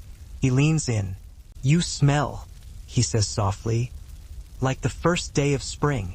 You smile faintly. You're sweating under your layers, your scalp itches, and you haven't had a real bath in weeks. But no one has to know. Let's say the lavender oil didn't quite do the trick and your natural medieval musk is getting ambitious. No worries, because this is where you reach into your little wooden cosmetics chest and pull out the really serious stuff. Your skin cream. And by cream, we mean a bubbling cauldron of ingredients so toxic even your local apothecary raises an eyebrow. Tonight, you're diving into the glamorous and horrifying world of medieval makeup, where lead, mercury, arsenic, and vinegar were casually mixed into something you smeared directly onto your face. Let's start with ceruse. Sounds elegant, doesn't it? Like some French artisanal paste sold in a boutique. In reality, ceruse was a thick white paint made from vinegar and white lead, aged in clay pots until it congealed into a smooth, deadly cream. Women used it to achieve that perfect, no blood circulating here look. Ceruse covered freckles, blotches, and the overall stress of surviving in a world with no antibiotics or civil rights. It made you look angelic. It also made your skin peel off in strips if you wore it too often. One documented case involved a noble woman in England who used ceruse daily to maintain her famously pale complexion. Eventually, her skin became so raw and damaged that she had to have her maid apply it for her, avoiding open wounds. Did she stop using it? No, of course not. Beauty standards wait for no one. Rose-infused wax, clove oils, and honey-based glosses were popular among those who wanted to keep their mouths soft and inviting without appearing too forward. Again, it was all about balance. You couldn't look like you were trying. You had to smell like heaven but seem like you'd never kissed anyone, ever, in your whole life. Not even a frog. There's a strange little fringe theory, too. Some historians believe that lip treatments were occasionally used as a kind of flirtation ritual. A woman might dab a bit of balm on in view of a particular man, her fingers lingering just a little too long. He'd get the message or he wouldn't.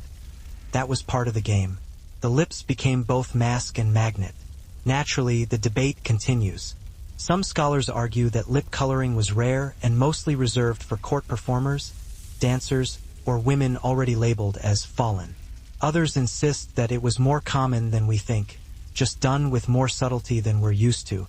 After all, most surviving records come from moralists and clergy, not the women themselves. And let's be honest, the women doing the best lip work were probably also the best at covering their tracks. So here you are again, seated at your vanity. You dip your finger into a tiny pot of pomegranate balm and gently pat it onto your lips. Not too much, just enough to catch the light. You blot with a linen cloth, check your reflection, then close your mouth into the perfect soft line. Not a pout, not a smirk, not a smile. Later, at the banquet, someone glances at you. His eyes flick to your mouth. You pretend not to notice and you don't say a word. So, you've powdered your face, starved your body, bleached your hair, and maybe even faked a fainting spell or two. You've committed to the look. But what if we told you it didn't stop there? Because long before the corset became the ultimate symbol of beauty through torture, medieval women had already mastered the art of physically reshaping their bodies with clothing. There was a voyeuristic thrill in gazing upon these dead, delicate figures. Their stillness was seductive. Their silence was complete. They couldn't talk back. They couldn't demand anything. Just like the perfect medieval lady. Seen but never fully known. And here's the extra creepy layer. This obsession filtered into secular art, too. Portraits of noble women often mimic the features of saintly corpses. Elongated faces, hollowed cheeks, calm expressions, pale skin with no blemish or pulse. The woman wasn't alive in the traditional sense. She was eternal, untouched by aging, untouched by flesh, untouched by you. It didn't stop at death. The beauty of saints often had to be defended posthumously. If a saint's corpse decayed too fast, it was considered suspicious. If she started to smell bad, even worse. The smell of decay was seen as a sign of corruption. That's why odor of sanctity became a thing. Some saints' bodies were said to emit the scent of flowers after death. Literally the smell of roses, lilies, myrrh. Sainthood didn't just look pretty. It was expected to smell good too, so no pressure. There's one particularly strange instance of this. Saint Zita of Lucca, whose body was said to have remained intact for centuries. Church officials examined her remains and described them with almost disturbing affection, cataloging her tiny feet, delicate hands, and even the condition of her teeth, like a bridal checklist. You'd think they were shopping for a wife, not preserving a holy relic. Scholars have long debated the meaning behind all this. Was it about control over women's purity, or perhaps the ultimate erasure of female agency? Probably a combination of all the above. These saintly bodies presented a fantasy of perfect womanhood. No appetite, no resistance, no decay, just beauty in the shape of surrender. But not every woman went along with it. Some rebelled. I wonder how long you can sit like this before the pain makes your toes cramp? It's morning again. You're up before the sun, not because you're excited to greet the day, but because looking effortless in medieval court life takes, well, effort. Hours of it. So tonight, we're finally opening the heavy oak door to a place most men of the age never saw. The noble woman's daily beauty routine. Spoiler alert, there's nothing dreamy about it. This was beauty through pain, a ritual of exhaustion where glamour didn't just cost time and coin. It cost circulation, personal space, and at least a few layers of your skin. Let's start with the wake-up call. Your servant brings in a basin of cold water. Frigid, because heating water means lighting a fire, which means time, which means no. You splash your face, grit your teeth, and then begin the process of cleansing. This involves a cloth scrubbed over your skin with vinegar or a blend of wine and crushed herbs. It smells sharp, stings a bit, and leaves your face somewhere between fresh and faintly inflamed. But redness is better than blemishes, and as we've covered, your skin must say purity, even if your pores are screaming. Next, the whitening. You dab on your homemade ceruse, a vinegar-aged lead paste, because pale isn't just pretty, it's the moral high ground. It goes on thick, cold, and chalky. You smooth it with a, here's the translation, rewritten with a touch of interpretive flair and gentle expansion. Take a piece of linen blend and smooth it over any imperfections as best you can. Try not to dwell on the unpleasant truth that in a few decades, the lead in that paint will be slowly eating away at your face from the inside out. That's a problem for your future self. Right now, you have a courtly luncheon to attend. If your cheeks are looking a bit too pale, it's time for a touch of rouge. Crushed cochineal beetles or alkanet root, mixed with egg white or animal fat, makes a perfectly decent blush. You close your eyes and imagine it. A world where beauty isn't a measure of your moral standing, where your value isn't tied to the circumference of your hips or the roundness of your cheeks, where your worth doesn't expire with your youth. In that world, you're not an allegory, not a virgin, not a saint. You're just a person. And for the first time in a long time, that thought doesn't terrify you. It comforts you, because maybe, even here in this world of laces and lies, you're starting to remember that being you, unpainted, unposed, unfiltered, is the most impossible, dangerous, and beautiful thing of all. It's nearly midnight now, and your chamber is quiet, too quiet. The fire is just embers, the last of the wax candles casting the faintest warm glow. You lie back, head resting on a pillow stuffed with goose feathers, and the weight of everything, your gown, your thoughts, your entire life lived under the thumb of someone else's ideals, settles into your bones. But before we let you drift off, there's one last thing we have to discuss, because the truth is, medieval beauty standards didn't die with the Middle Ages. They didn't vanish when the wimples came off or when lead-based makeup fell out of fashion. They simply mutated, hiding themselves behind modern mirrors and digital filters, only slightly less obvious and no less cruel. Let's not kid ourselves. We've inherited the same toxic logic, the demand to be beautiful and pure, attractive but modest, youthful forever, even if it means pretending you slept 8 hours. You can scrub it off, step out of it, laugh in its face. You can let the lines come, you can keep your curves or change them for you, not for the echo of some nun with a paintbrush whispering modesty. You can decide that your own reflection matters not because of what it sells, but because of what it says. You've met every version of the standard, and none of them ever loved you back. Lacing was used to cinch the body, not yet full corsetry, but an early form of it. Some gowns had no stretch and could barely accommodate a full breath, let alone a meal. The silhouette of the day was long, narrow, almost reed-like. Rounded curves were okay. Hips and busts had their place, but the stomach had to be flat, the ribs discreet. Your whole frame was supposed to say, "I exist on air and prayer." Scholars still argue about how far these standards actually reached. Were all noble women really starving themselves, or were the ideals exaggerated by male poets, clerics, and artists projecting their fantasies onto female bodies? There's definitely truth to that. A lot of what we know comes from secondhand sources. Men writing about women, artists painting exaggerated saints, religious leaders praising devotion while quietly destroying lives. She simply upped the dosage to mask the damage caused by the product itself. A vicious loop, centuries before Instagram filters. And lead wasn't the only villain. Mercury, too, had its moment in the spotlight. It was found in spot removers designed to fade blemishes, age spots, or any sign of sun damage.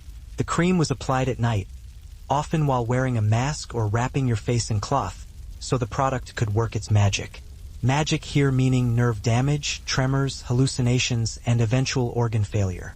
But hey, anything to get rid of that one freckle that keeps showing up when the light hits just wrong. Now you're probably wondering, did everyone use this stuff? No. Ceruse and mercury-based creams were mostly used by the elite because they were expensive and difficult to make. But where nobles led, others followed. Merchant-class women copied the look with watered-down versions. Chalk and flour pastes, or ground-up alabaster mixed with egg whites. None of it was skin-friendly. All of it got into your pores and probably shortened your life by a few years. What's fascinating and disturbing is how deeply these concoctions were linked to morality. Smooth, white skin was more than just pretty. It symbolized virtue, wealth, and a soul untouched by worldly sin. Women who had scars, moles, or tan skin were seen as morally suspect. There was even a belief that beauty on the outside reflected beauty on the inside. A clean, white face meant a clean, white soul. It's the original good vibes only aesthetic, except enforced with death paste. But wait, it gets worse. If your skin started to show the side effects of the poison you were rubbing on it daily, you'd be expected to hide that too. Blistering? Try a blend of rose water and crushed pearls. Skin turning gray? That's when you pull out the rouge, a toxic red dye made from cinnabar, aka mercury sulfide. That's right, to hide the effects of one poison, you applied another. That's right. It's time to talk about the early precursors to corsets. The tight-laced bodices, the rigid kirtles, the bone-stiffened garments that squeezed women into silhouettes dictated not by comfort but by patriarchy and pageantry. Now, technically, the corset as we know it didn't fully arrive until the Renaissance.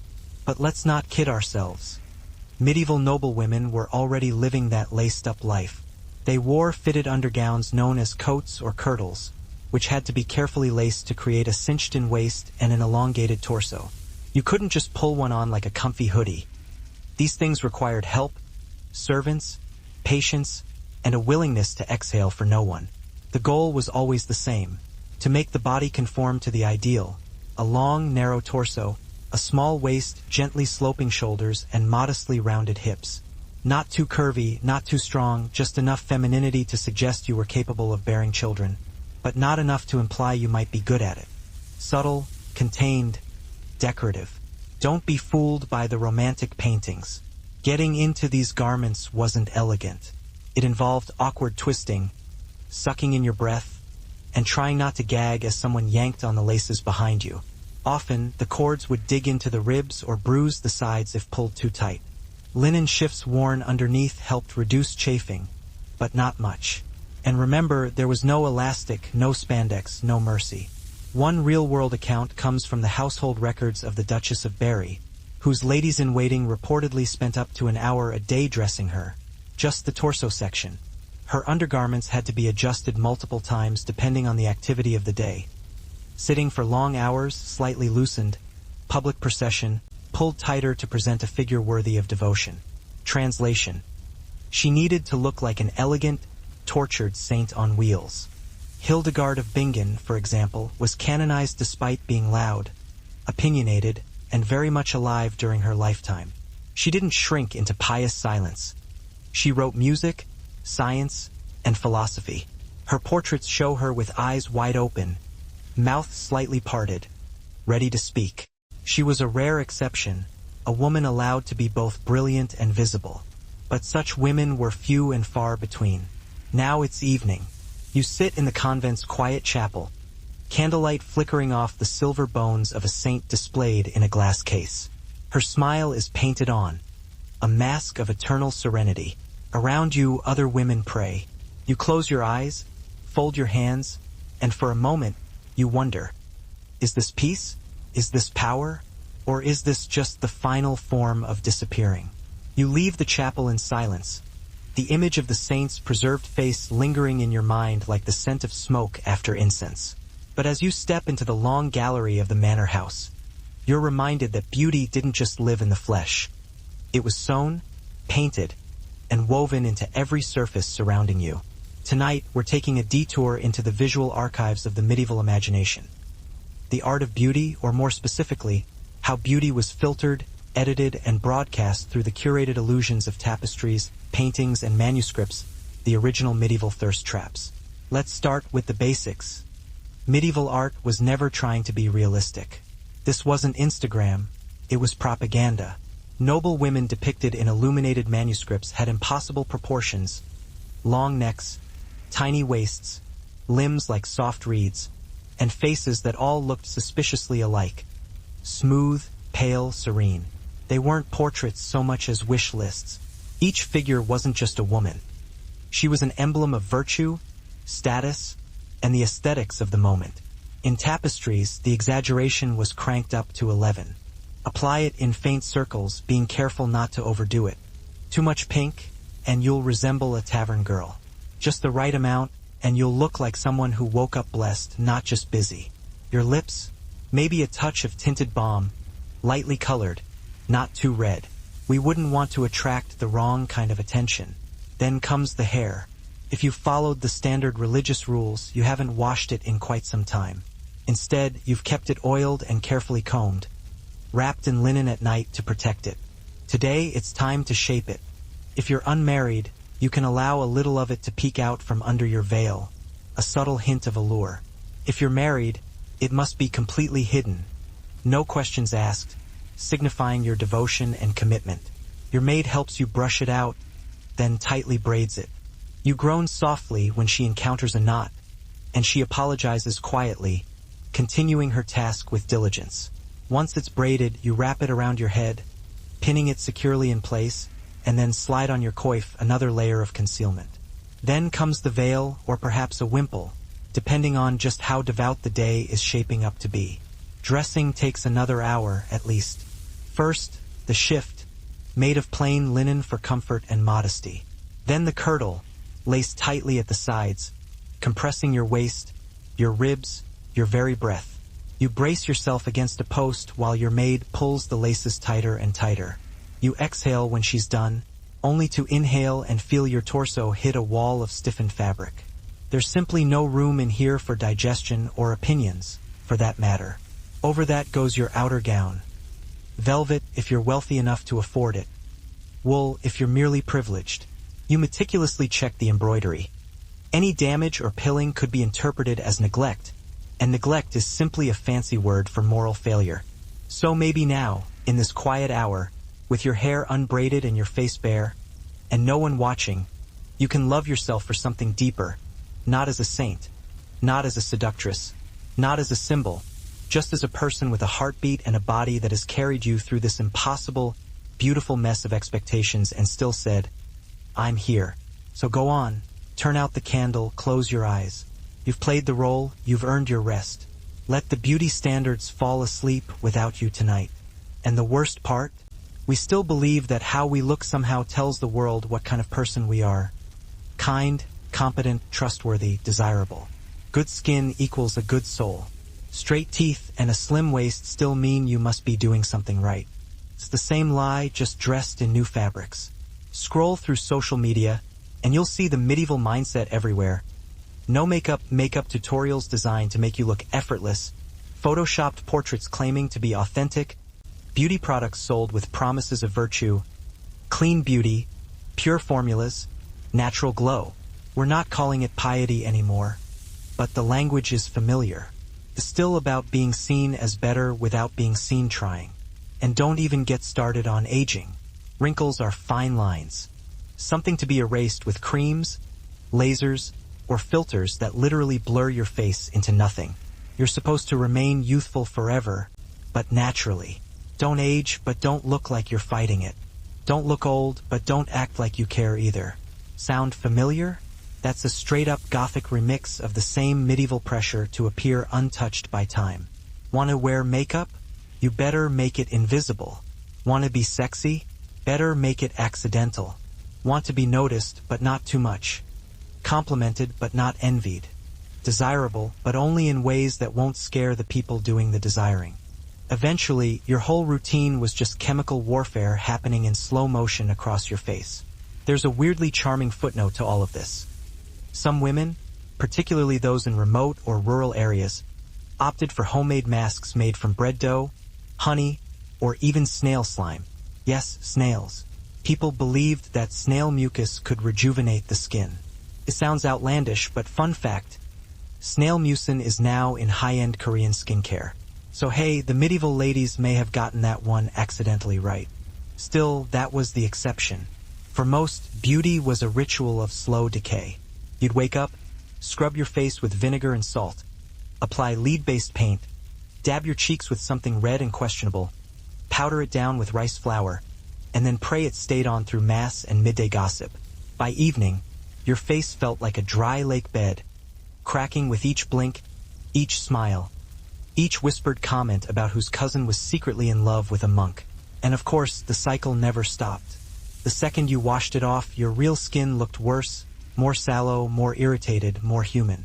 You had no choice but to start again the next day, and the day after that, until your skin no longer had anything left to give. Scholars still argue whether these cosmetics were used primarily for beauty or as a form of social control. Some believe the emphasis on paleness and perfection was a way to reinforce the power structure. Nobles above peasants, women above no one. Others think women used cosmetics to reclaim a sliver of control in a world that offered them very little. By painting your face, you shaped your own myth, even if the myth was slowly killing you. And then there's the question of how men fit into all this. Noblemen didn't usually wear makeup unless they were actors or very, very French, but they were often the ones praising, critiquing, and setting the standard for what women should look like. And here's a wild little twist. In some cases, these garments weren't just form-fitting. They were actually reinforced with stiff materials like reed, whalebone, or even metal strips. These weren't corsets yet, but they were moving in that direction. The fashion was evolving, the torture intensifying. By the late 15th century, some bodices were so stiff women couldn't bend at the waist. You didn't sit, you reclined. If you dropped something, you waited for a servant to pick it up. God forbid you needed to run. But that was the point. Running wasn't beautiful. And we haven't even touched the... Okay, I understand. Here's the interpreted and clarified translation of the provided text into American English, with a touch of creative flair and slight expansion for clarity. Layers upon layers concealed the tightly laced kirtle, often topped with one, sometimes two gowns. These outer layers could weigh a considerable 10 to 15 pounds, laden with elaborate embroidery, precious jewels, and heavy velvet sleeves that trailed luxuriously on the floor. The aim wasn't graceful movement, but rather to glide with the measured pace of someone slowly being elevated to sainthood. Slowness embodied beauty, stillness defined grace, while brisk movement was relegated to the peasant class.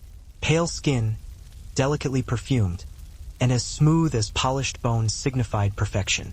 You believed you had meticulously perfected every detail, yet tonight, we focus on one final, minute aspect that could potentially dismantle your entire carefully constructed aesthetic: your lips. Indeed, those two slender lines of flesh upon your face were a battlefield in their own right. In the Middle Ages, lips weren't merely for speech. They served as signals, and a careless application could inadvertently reveal volumes about your morality, your social standing, and even hidden secrets, even when held firmly closed. Let's begin with color. You'd see scenes of courtly love where women reclined under trees, playing lutes or gently restraining falcons, their wrists more delicate than a breadstick, their hair spilled in golden waves, their gowns floated like mist, and their expressions were frozen somewhere between holy indifference and bored eroticism. These weren't snapshots of real life. They were fantasies stitched in silk. One famous example is the Lady and the Unicorn tapestry series. Each panel shows a woman in a surreal, symbolic garden, surrounded by animals, jewels, and elaborate florals. Her features remain almost identical across the 6 works. Same pale face, same calm gaze, same mysterious smirk that practically says, "I've never pooped." She's not meant to be a person.